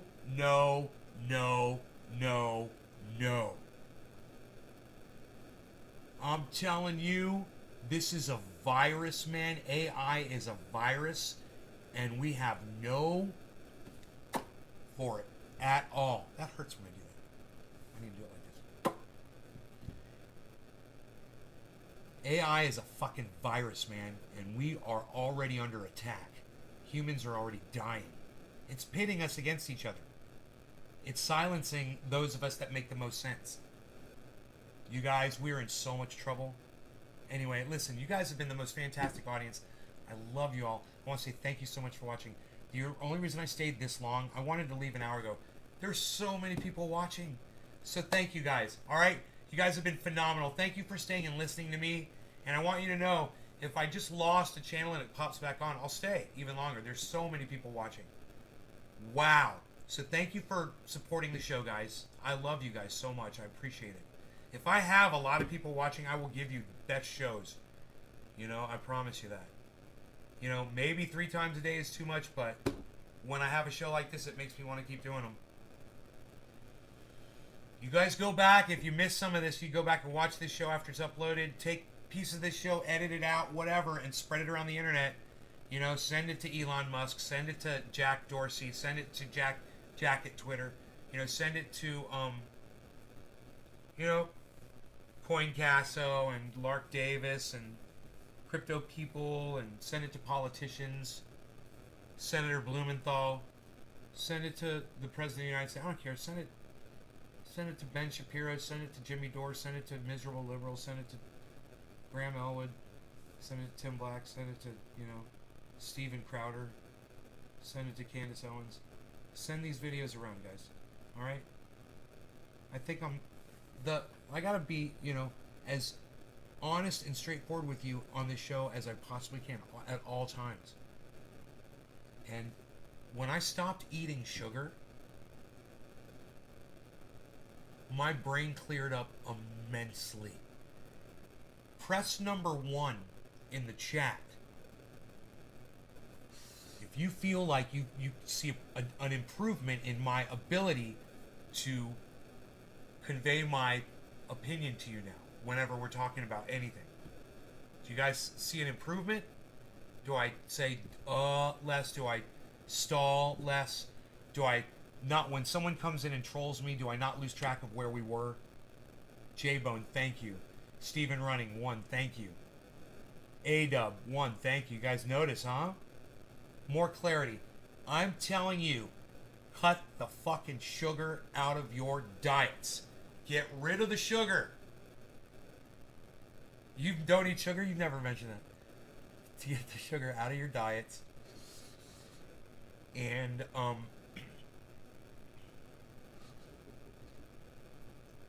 you're going to experience a clarity unlike one you have never experienced in your life. You know why?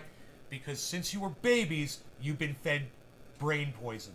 Sugar is brain poison. It literally builds up plaque inside your brain. And when you stop eating it, like sugar, it melts away. The plaque melts away. It takes a little while, but I'm telling you, you're going to notice a difference in the way you think. You're going to know your life is going to improve. You're going to be able to do things better, more efficiently. You're going to remember things better, man. You're going to feel more comfortable. And really importantly, you're not going to have any pain in your body. I used to have pain all over my body. And, when I eat nuts, they cause these cysts. I get these really bad cysts, right? I thought it was just peanuts. But I tried like this almond bar and all this stuff, and I started getting those cysts again. So if you're getting any kind of cysts on your body or whatever, just remember it might be nuts. That was my thing for sure, man, because when I stopped eating nuts, it all went away. I was like, oh man, I'm going to try this bar. It doesn't have peanuts in it, but it says processed in a factory that also processes peanuts. And I was like, I'll probably be fine. No. Get rid of the sugar, and if you suffer from cysts like I did, it might be a peanut allergy. So, just keep that in mind. Anything I can say that will make your lives better, guys. Now, I knew this guy when I was a kid, and his face he was an older man, and his face was covered with these horrible cysts all over it. It was mortifying to look at this man. And today, I wonder if that was a peanut allergy, and he used to just eat peanut butter and jelly sandwiches like every afternoon for lunch, and didn't realize that's what it was that was causing it. And remember, when you get older, guys, I used to eat peanut butter and jelly sandwiches my whole life. I used to love them. They were a staple. I don't eat them anymore because of the peanuts, not because of the jelly with all the sugar in it. But hey, there's sugar there too. But what I'm saying is, I didn't used to get cysts when I was younger. I would eat peanut butter and jelly all the time. I found out though, man, when I got older, my body chemistry changed. So just remember that can happen to you when you get older, kids. That if all of a sudden you start getting cysts or something, and you don't know what it is, start looking at your diet. Just start looking at what you're eating, okay? Start there. Okay. No law regarding cannabis. Cannabis has them jazz for yeah, people. It's 420 in Newfoundland, everybody. Hey, hey, hey, hey. And there's still plenty of you here, so let's do a bong rip. I love you guys. Hey, what can I say? I was gonna leave, but there's still a bunch of you here. Cheers. 2-hour show too.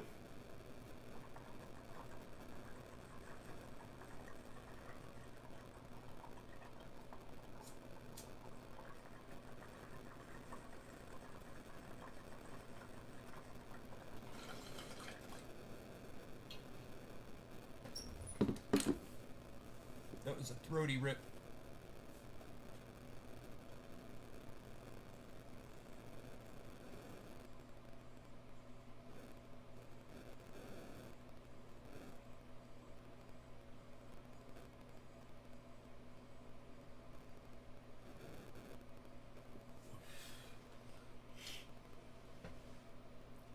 Big fat bong rips. Cheers. All right, you guys. I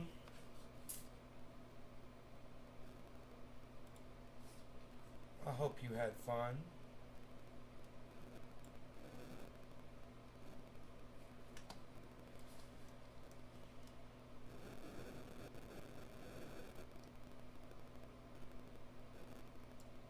Flying robot. I love it. Huh. You don't really consider drones flying robots, but that's exactly what they are. We are in so much trouble. Hey, you guys, Bitcoin's at 63.5. Holy fucking shit. And, oh my god, Ethereum's about to hit 4,200. We're going to hit the daily high, guys, on both. We've hit the daily high on both on the show. 4199 Ethereum, guys. Holy shit. There is the daily high. 579. Here, we're going to hit it again.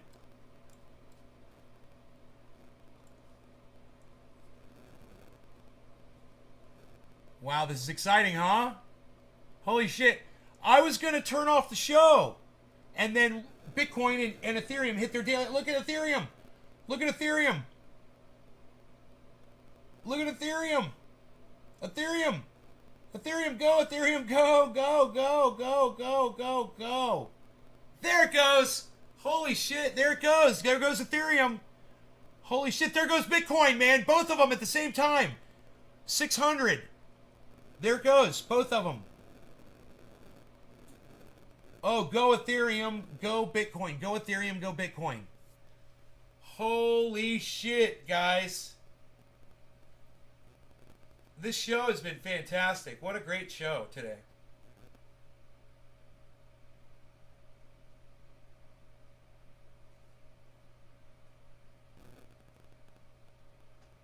America's responsible for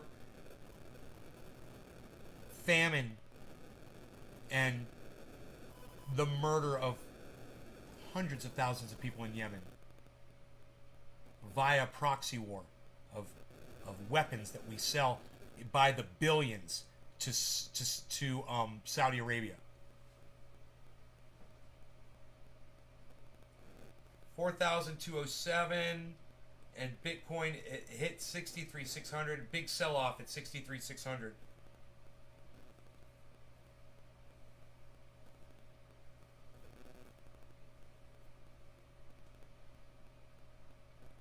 People are selling off. The whales are selling off massive amounts. I don't want to sell any Bitcoin. You know? I don't want to sell anything. It's so funny. I mean, I wouldn't mind getting rid of some of my lower yielding cryptos. Because I have so many of them. But it's not really hurting me to have them, you know? I could cash them out. But any one of them could take off, especially with the market doing this. Realize that if the market's doing that, right, and then you get someone like, Shaquille O'Neal, or one of the, even like one of the Trump's, kids, or somebody that just makes a post and says, hey man, I'm getting a whole bunch of Shiba Inu. I'm getting a whole bunch of Safe Mars or Safe Moon. Or, you know, they just name something, and then a whole bunch of their followers go out and get it, and you're holding on to that already. You've already got a stake in it. Hey, it's trying to hit 600 again, Bitcoin. Bitcoin is trying to hit 600. It's at 600 and bounce down. It's very strong. Lots of volume here. Lots of volume. It's going to try again. Here we go. It's trying again. 599. There it goes. 617, 622. It's through. Bitcoin's through. Let's see what Ethereum does. 208. It's hit 211. 620. 630 on Bitcoin. Ethereum's at 209. Bitcoin's it's going up at 610 right now. It got through 600. It's under 600 now. It's 595, but it got right through, so it can go right through that point now. Once it gets through, man, it's fluid. You know, it's like it becomes like a membrane that it can pass through. So it's like osmosis. Like we osmosisized through the 63,600, man. We osmosisized through it.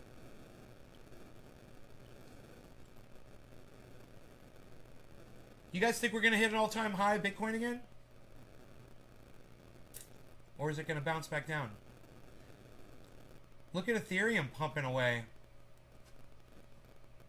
Look at Ethereum pumping away. Look at Ethereum pumping away.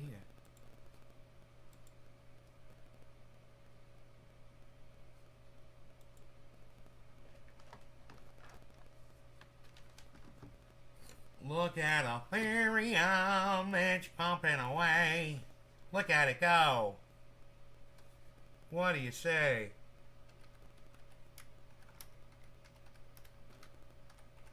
You say stuff like that too.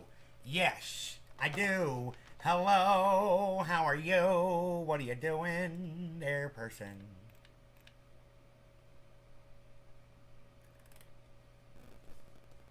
What you doing there, person? What you doing?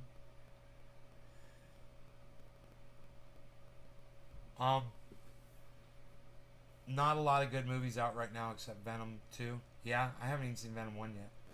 63.6, 4,212. It's nice and strong. That's really good movement.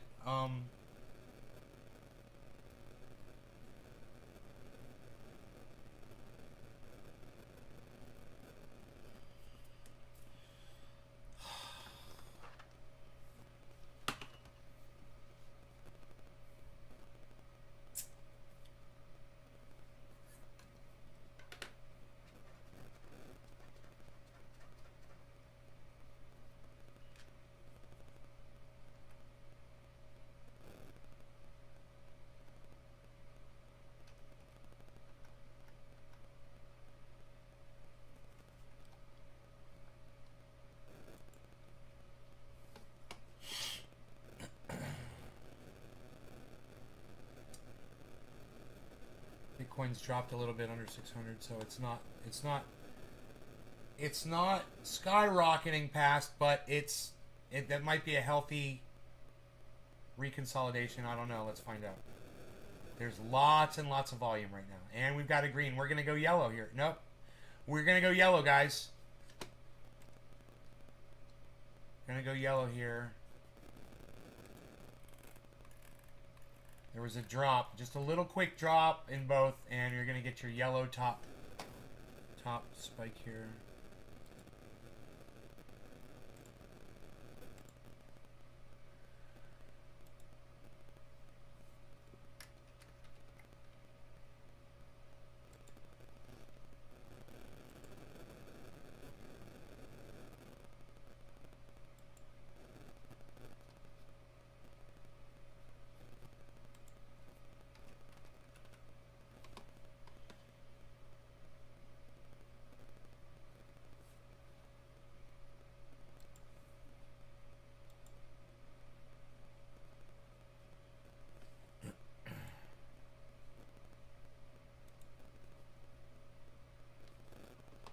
Oh my god.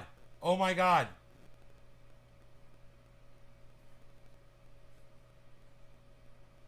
Dude, they were going to let me buy Saitama.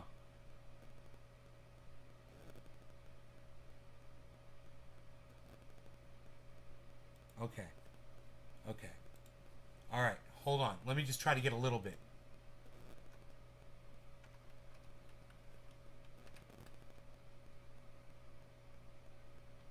Just so I can get some and start a wallet, you know? And then I'll get some Ethereum in there and try to get a whole bunch. I don't have enough Ethereum in there, it says.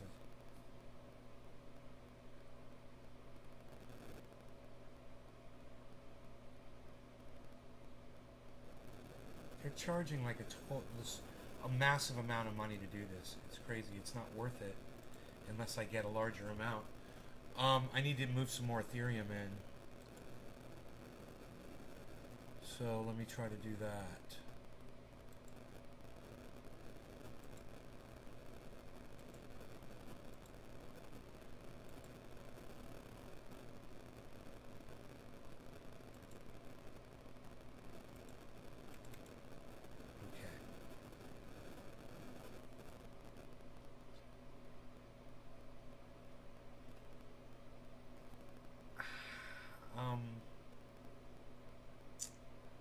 So I need to move some USD, and I gotta figure out how to do this, man. Holy shit.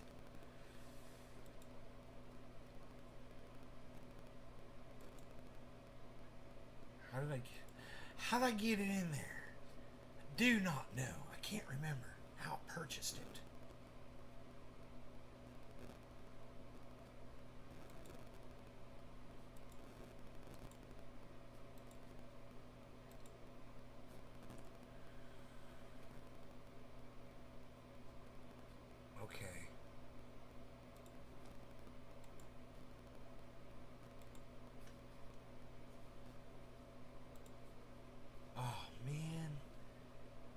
I'm working on it.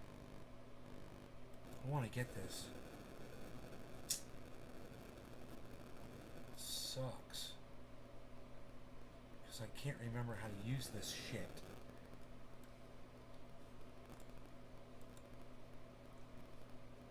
How did I get it? I figured it out before, man.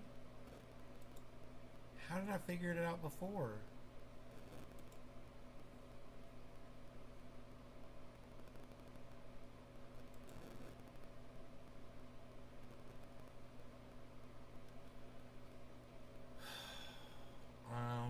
I'm so confused. Oh, you can just swap them like that.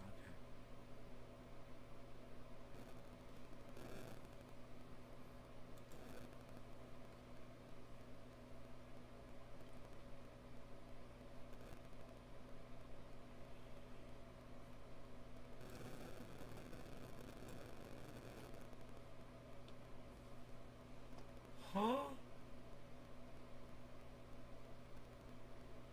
No, dude. I can't remember how I did this, man. It's so funny. How did I fund the account, man? Is there a wallet? Yeah, there's a wallet. Oh, there it is. I found the wallet address. Right?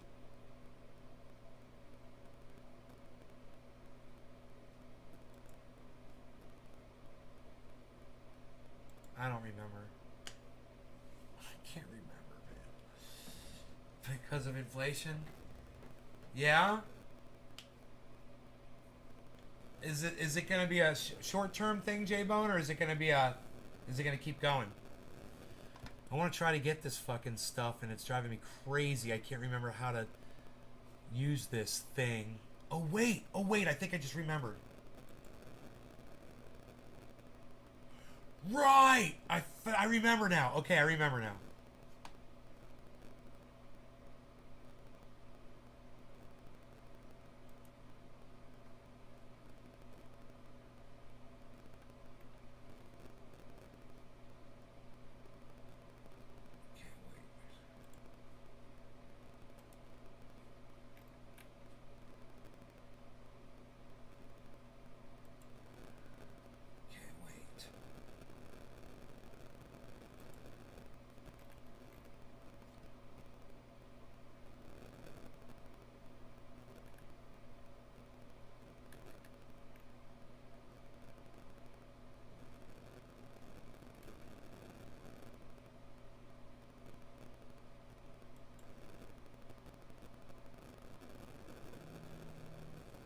What the hell?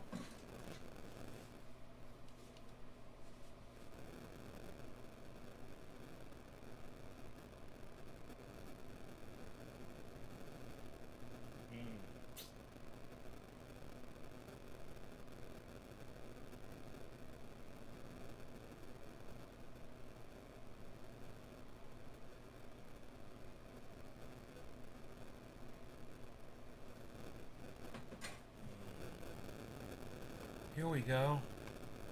Here we go. There we go. Let me buy some of this stuff right here.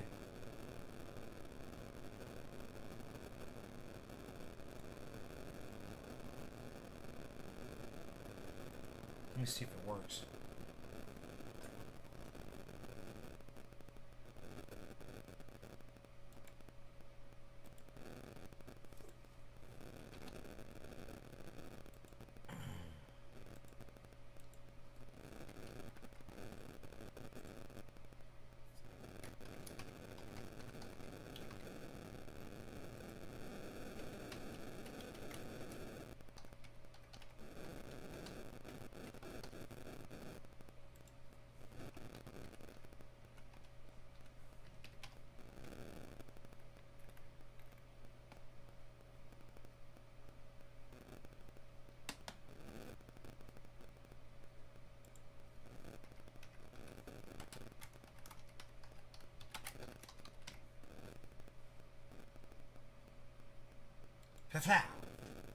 Is it beflow?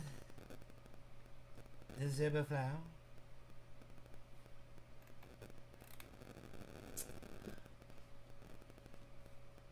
Huh. It says I've reached my limit here.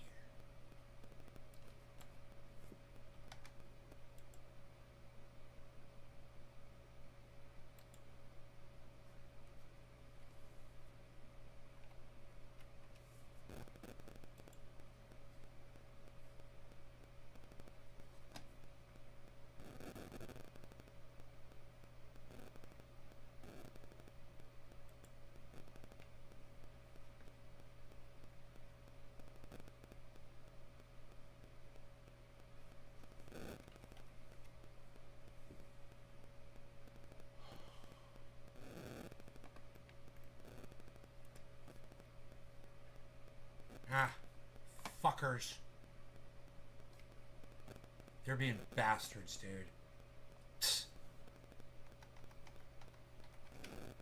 They're being bitches. They're being bitches.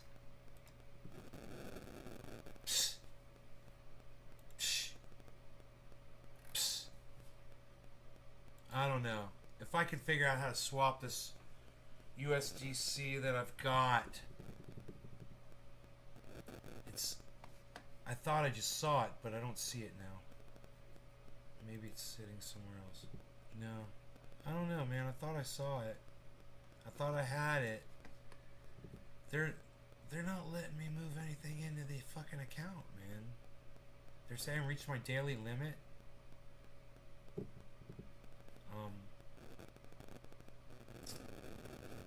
It's just so puzzling and confusing, man.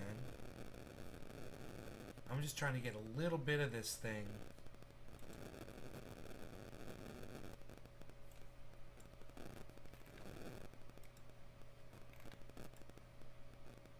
You've reached your daily limit.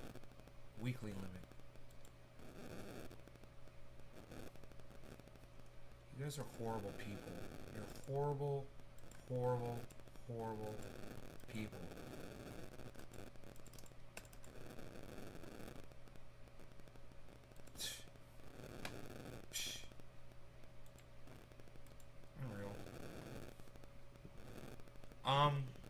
Let me try.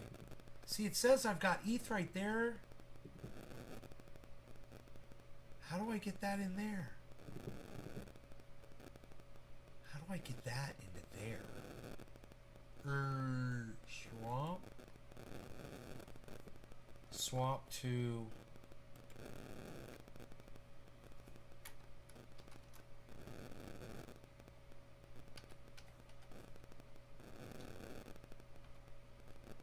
They won't let me swap it to Saitama. I don't understand. I'm looking at it right there. How do I get it from there to there? That's the question. Holy shit.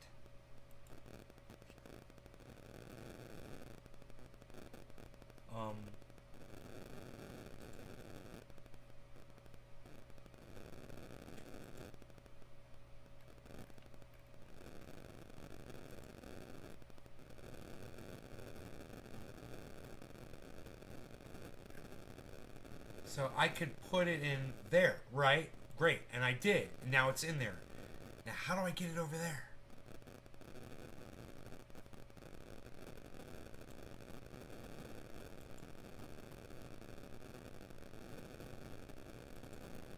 .01. Yeah, .01. Huh. It's barely anything. It's like .01. How much is .01 of? I don't even know. It's not telling me.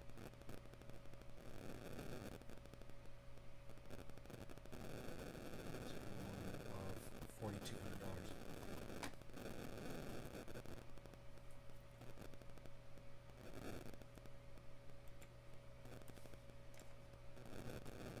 What is .01 of 4,200?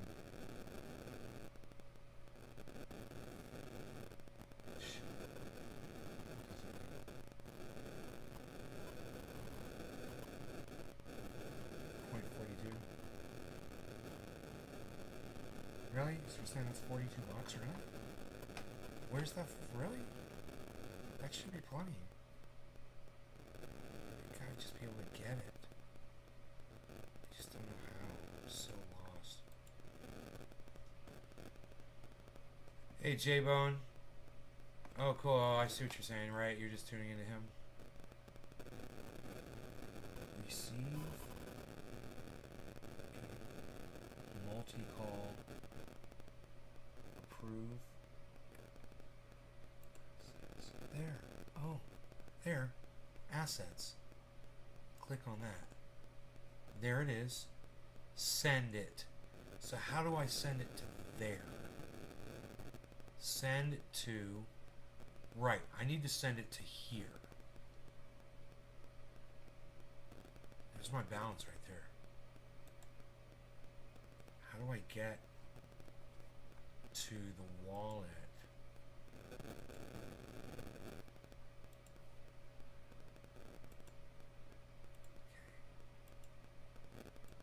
This one, right?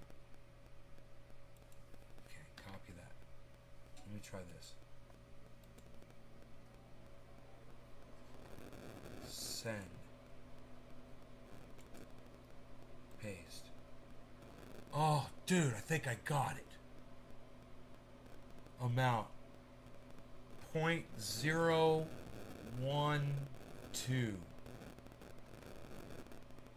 Insufficient funds.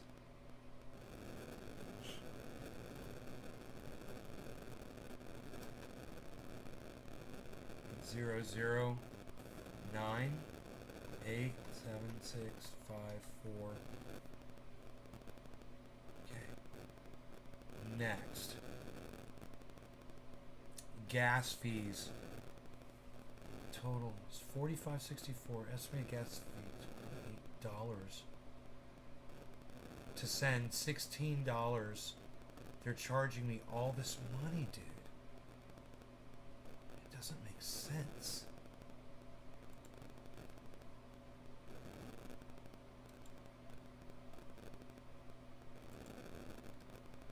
Advanced options. Gas limit. Max fee.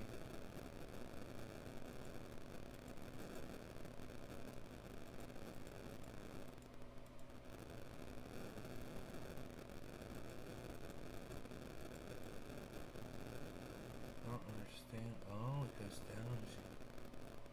Max fee too low for network conditions. Huh. Maybe in 30 seconds, it says.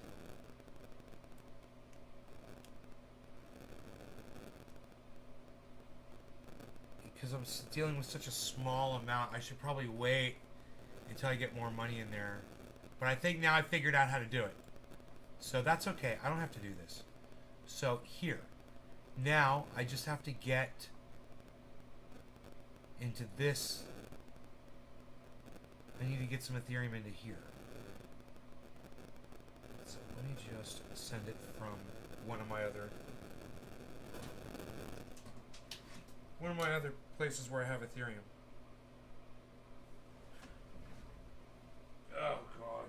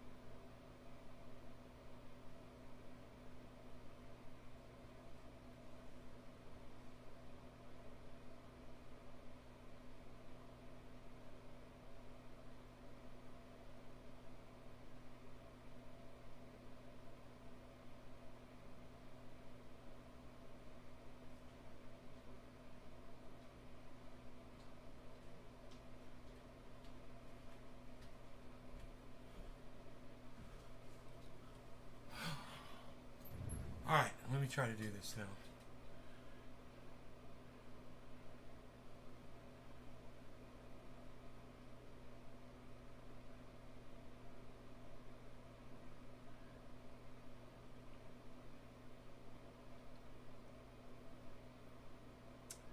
Where do I have Ethereum sitting? That's the question. Where I want to send this to.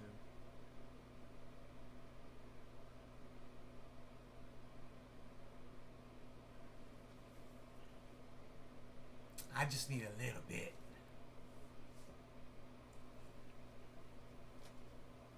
McJerry. Debbie.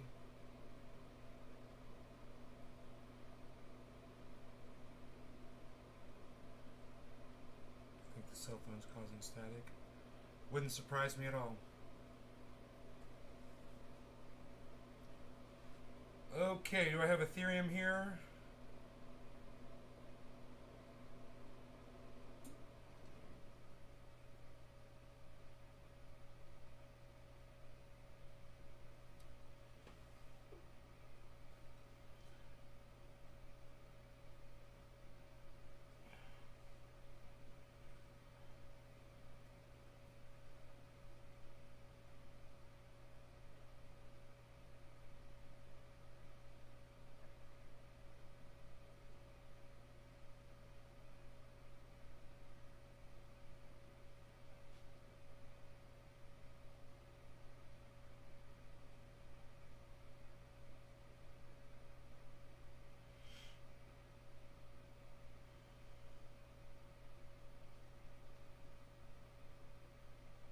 It's not loading,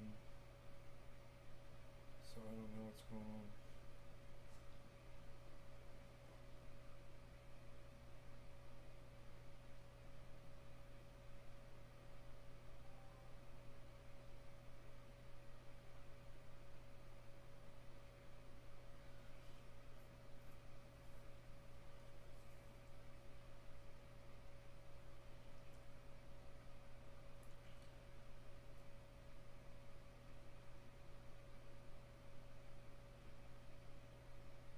Son of a bitch.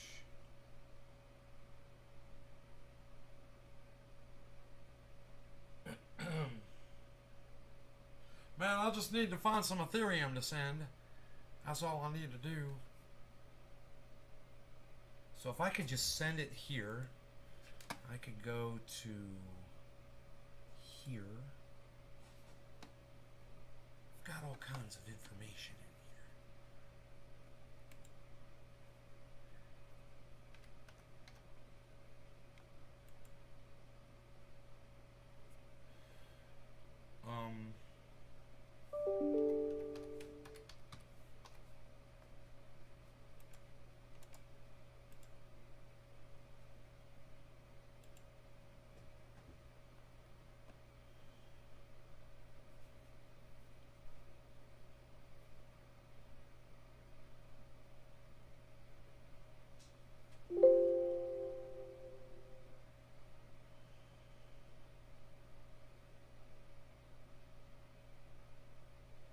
It says I don't have an internet connection.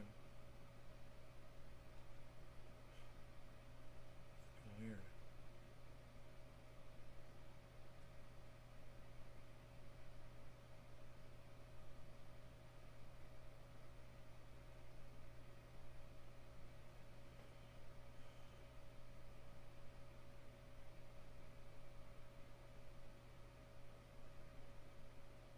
Huh.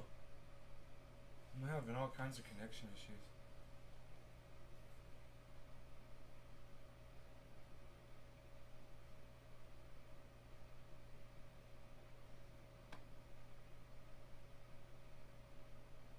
Huh?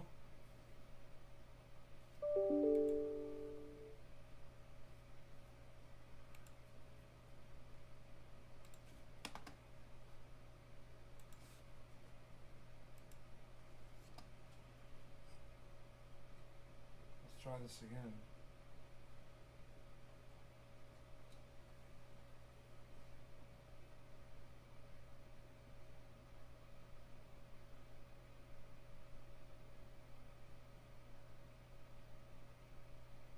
There it goes. Ethereum. Yay, I got some. Alright. Let's send it on over.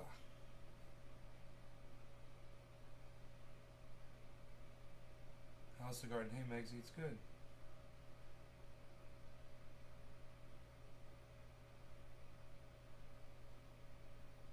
Why did it say ETH 2? ETH 2. This confuses me. It says ETH 2, man. It's Ethereum 2. It's not Ethereum. I'm glad I noticed that. Ethereum Classic. Where's fucking Ethereum, man? ETH. Oh, there it is. Oh, I don't have as much as I thought I did. Damn it.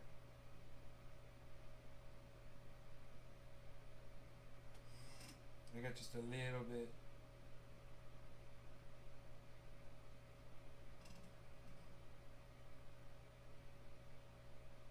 Okay.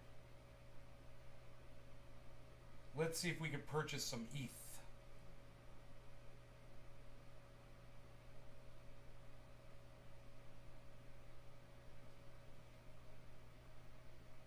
How's the garden today? Oh, how's the garden today? Yeah, the garden's amazing. It's downstairs one was awesome.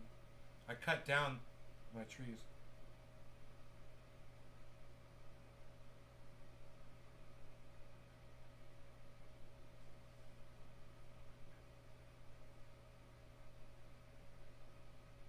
Ooh, I'm getting some expensive ass Ethereum. Ooh!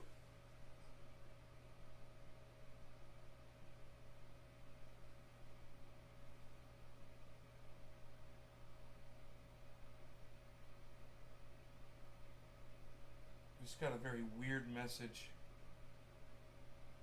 I don't think the order went through.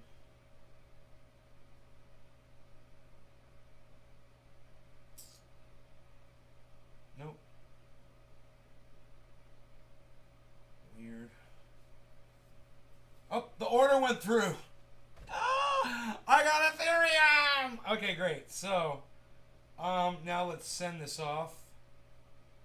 Now I've got to get my wallet. So first I'm going to get my wallet address. I want to make sure I get that correct.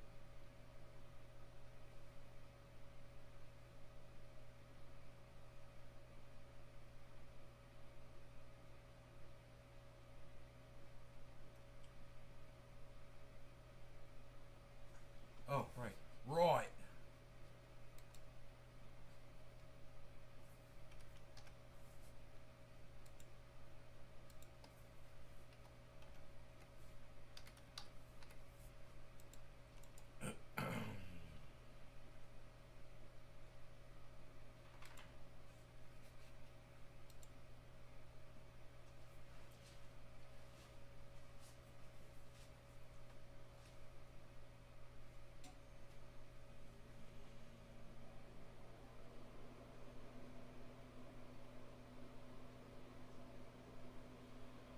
Okay.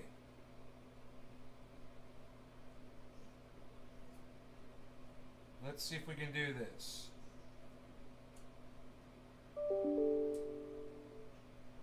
Alright. We want to send it off.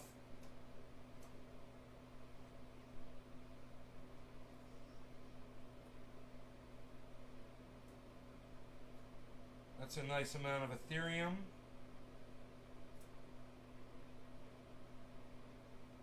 And we want to send it here.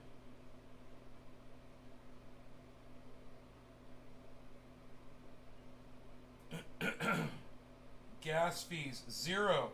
Network fee 0.003 ETH. It's costing me $14 to send it. Two-step verification.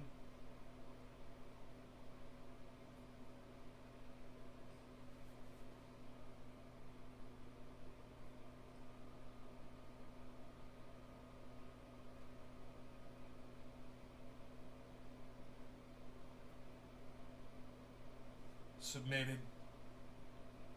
I'll have to binge watch, catch up. Oh, right on. Well, I hope things get better for you.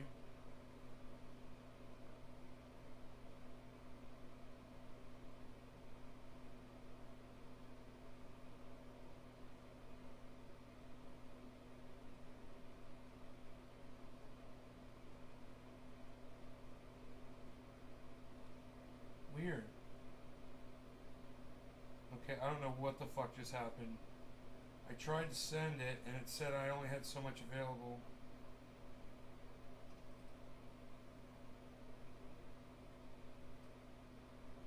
Wasn't trying to send it all.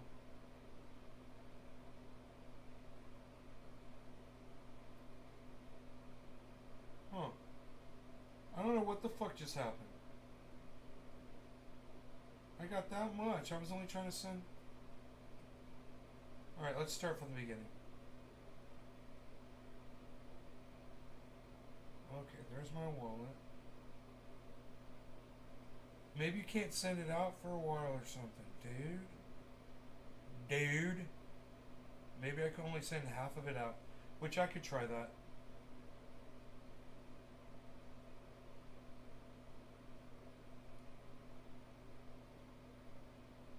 Hey now.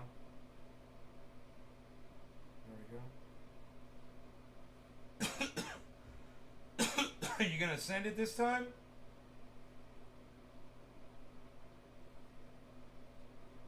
Come on. It's two-step verification.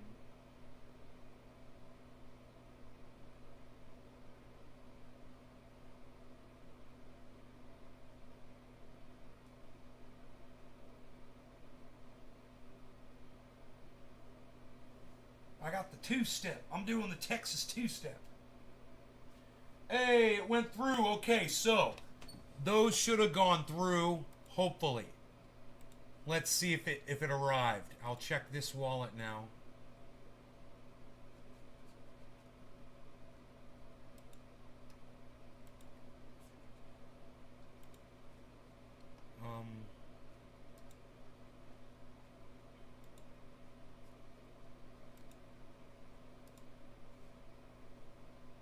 No.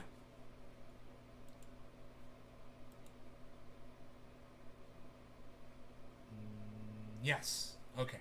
Now I see it. And I told you I knew how to do this, and now I'm going to do it. Because I said I know how to do it.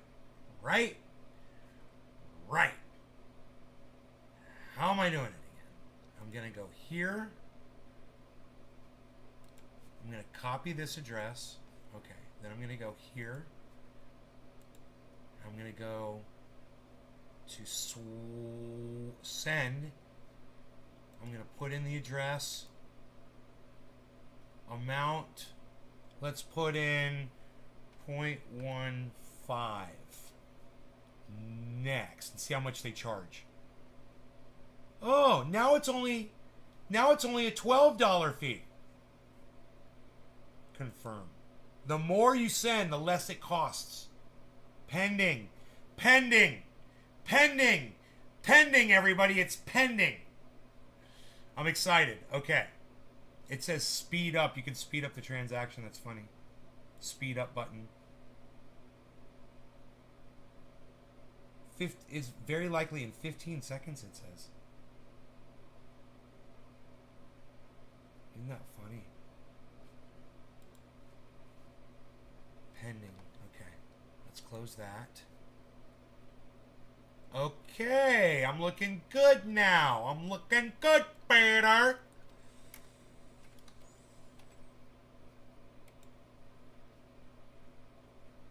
Swap.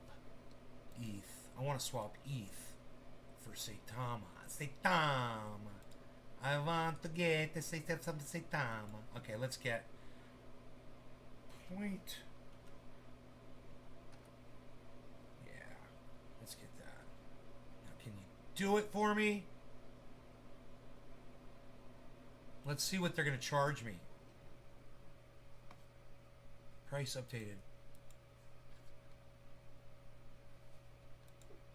They're not doing it. Now they won't do it. They could have done it before, but now they won't let me do it. Like it was yesterday.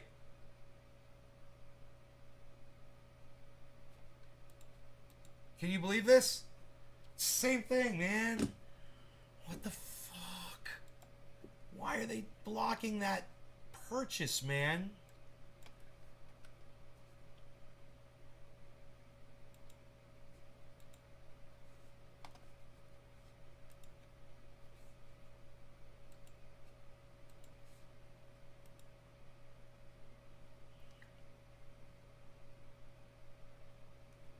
I'm so sad that they will not let me buy the Saitama. It is not my fault.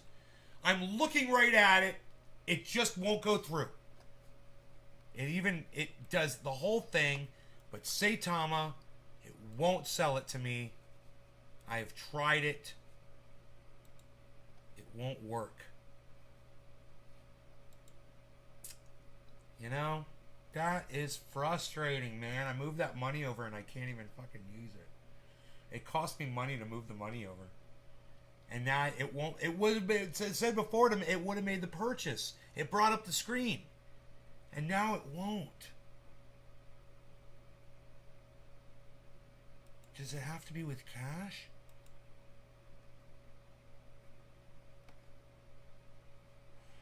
Let me see something here.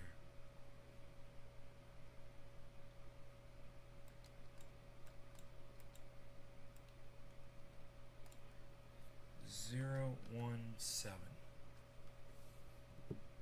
Swap. Confirm. Confirm.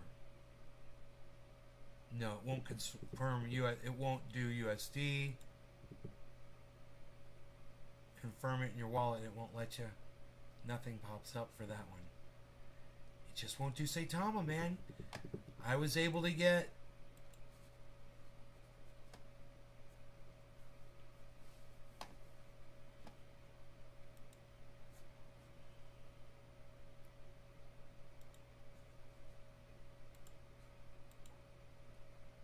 so crazy. Under assets, I was able to get Ethereum, USDC. I've got it.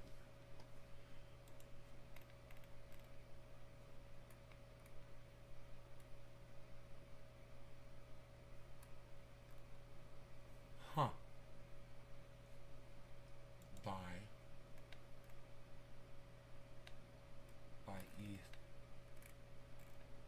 directly deposit ETH there, but you can't do Saitama. It doesn't come up. I wonder if there's a limit to how much you're supposed to buy, or you have to buy a certain amount over limit. You know? I don't know. But we've hit the daily highs on both Ethereum and Bitcoin, folks. That is exciting. Just trying to buy Saitama with Ethereum, man. You know, it's like...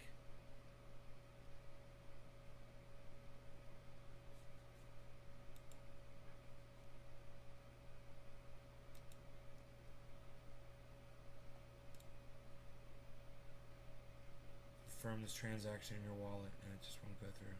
What am I doing wrong, man? I bet you I could buy anything else, man. Like, if, let's say I wanted to get some 1-inch.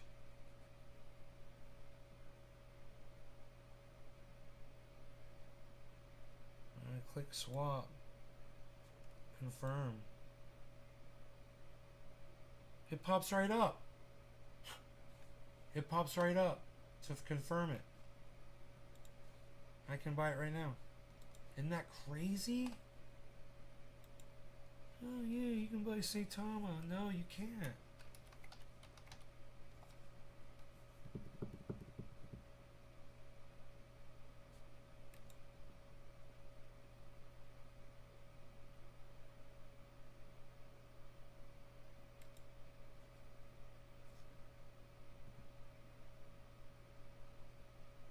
Import. Baby Saitama. I'm just gonna buy some baby Saitama. Because I can't buy Saitama. Fucking bastards.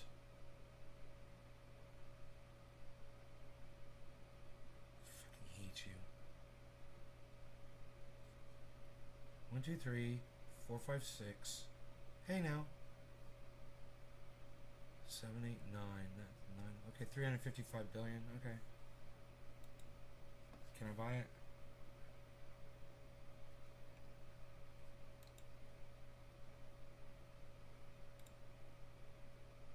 They're not letting me buy the baby Saitama.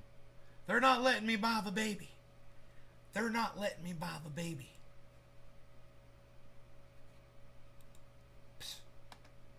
I can't buy baby Saitama either. Oh, it's crossed out. That's not good.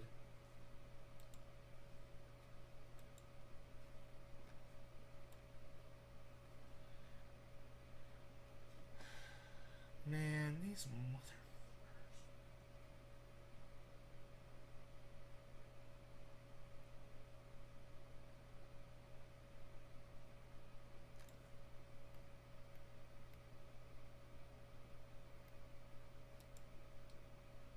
Buy some more synthetics.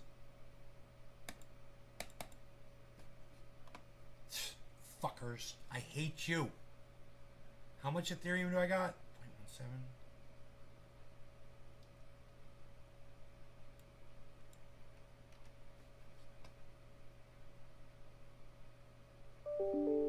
How much synthetics is that? It's not a lot. It says $67. $67.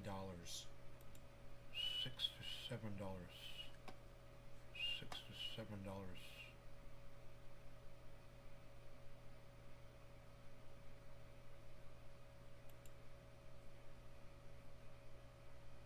Oh, there. Now that's gonna comes up, and that's gonna let me do it. The fee. Where's the fee? $145 gas fee. Can you believe that? What is... These guys are just assholes. It doesn't even make sense.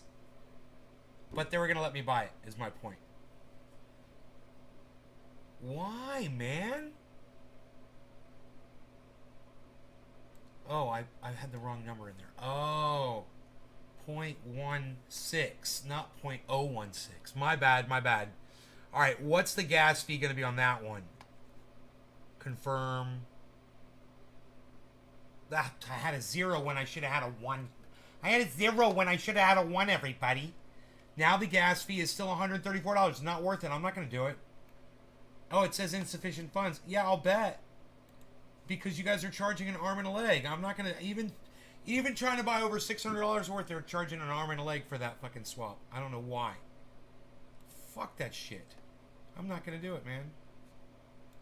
I'm not going to do it. I'm just testing things here to see what they're charging, why they're charging so much.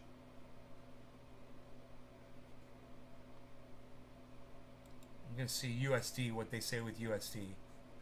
If you try to go Ethereum for USD, the gas fees are $111. No thank you. You guys are fucking crazy. Edit the gas fees.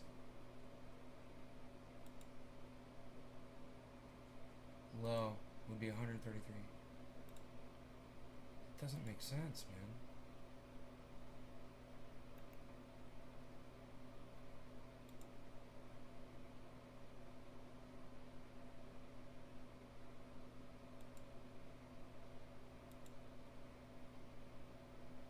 Fuck this shit, dude. It doesn't make sense. I don't understand, dude. Reject. Dismissed. Psst, I'm done, man. I don't know why I could have made that one purchase that one time and it popped up that one time and I didn't get it because I didn't have enough fucking Ethereum in there. I put more Ethereum in. Wait, let me refresh the page. I never thought to do that. Let me just try to refresh the page and start again. Okay. Let's swap some Ethereum for some Saitama. Okay, there's the Saitama.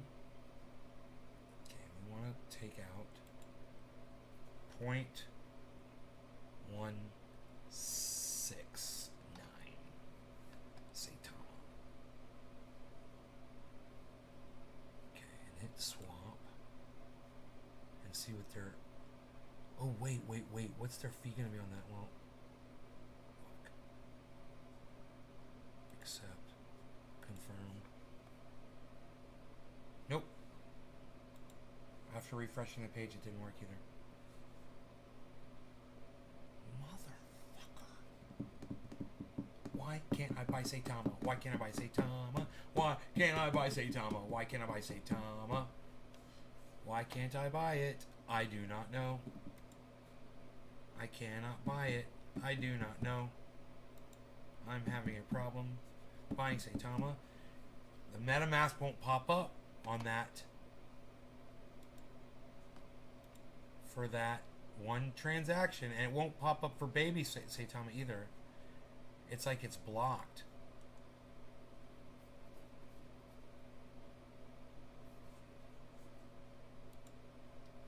Huh.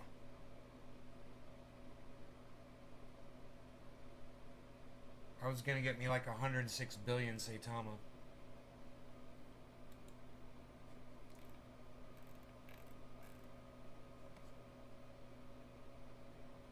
Urine. Ooh, I could get some urine. I heard urine's good.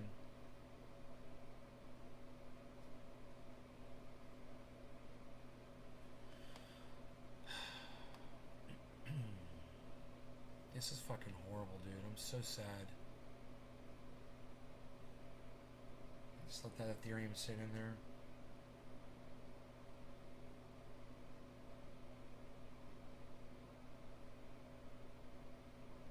I'm sad, man. I'm sad that I can't buy Saitama.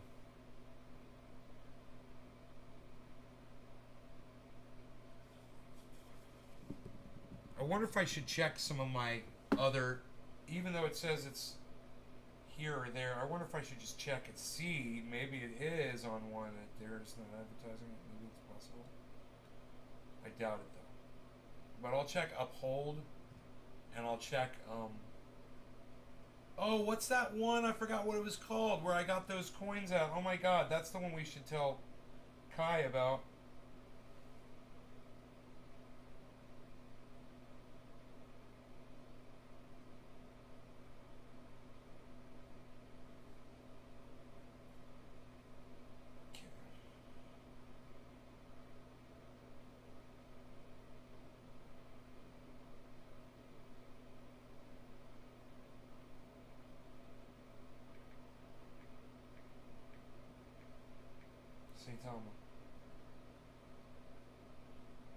nothing.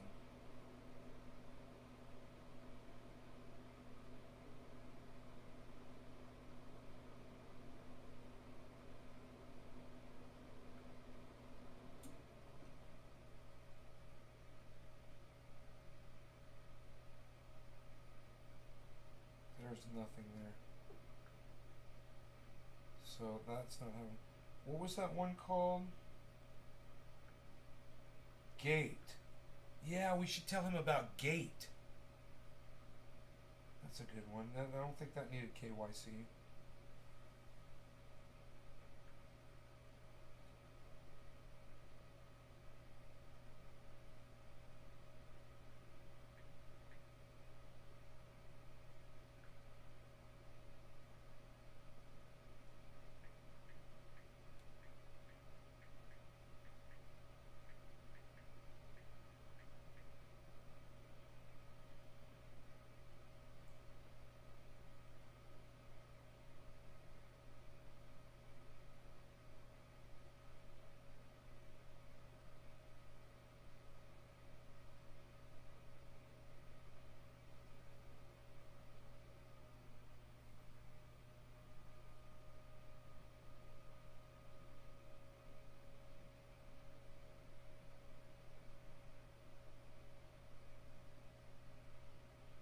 Uh-oh.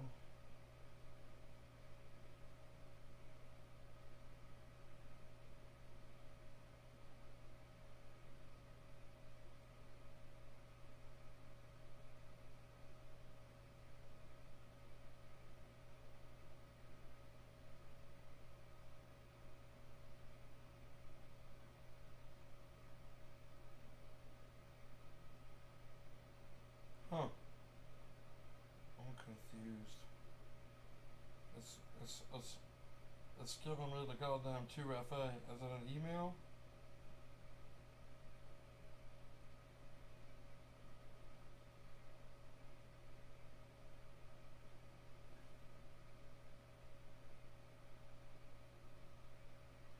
I wonder if they sent me a goddamn email.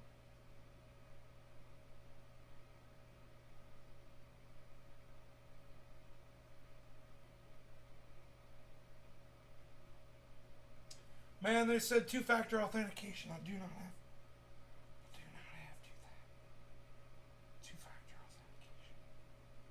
Oh man, I'm confused.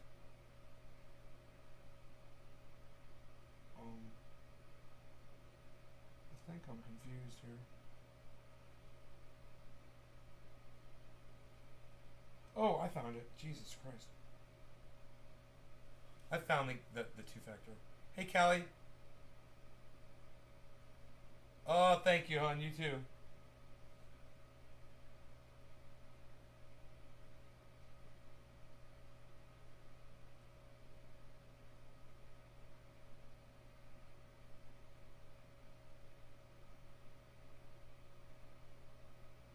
Okay, two-factor. It says I got the code wrong.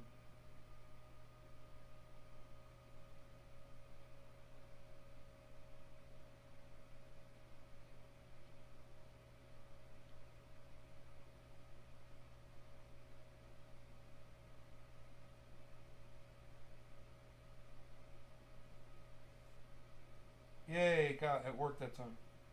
The two-factor authentication went through and worked. Alright, wallets. I've got, there's my Shiba Inu, Safe Moon. There's a little tiny bit of Bitcoin in there.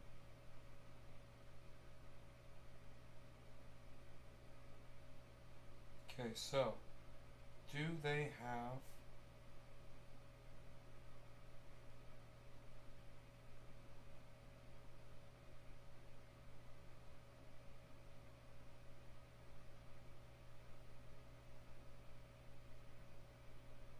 search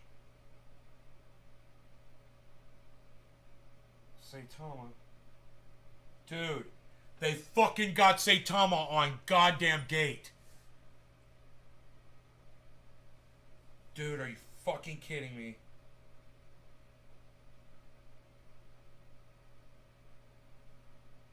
It's just, you've got to set the order on it, man. Cool. All right, I'm going over there to do it, man. I found it on Gate. 3-hour show. I hope you guys had fun. You guys take care. I love y'all. I'll see you on the next show, man. Bitcoin's going to go to 64 here in a second. It already hit the daily high both on the show, both Bitcoin and Ethereum. 63,726 is the new daily high today, the 24-hour high on Bitcoin. And Ethereum's at 4,231. Awesome. All right, you guys take care. Bye now. I'll see you at maybe around 2 o'clock this afternoon, something like that.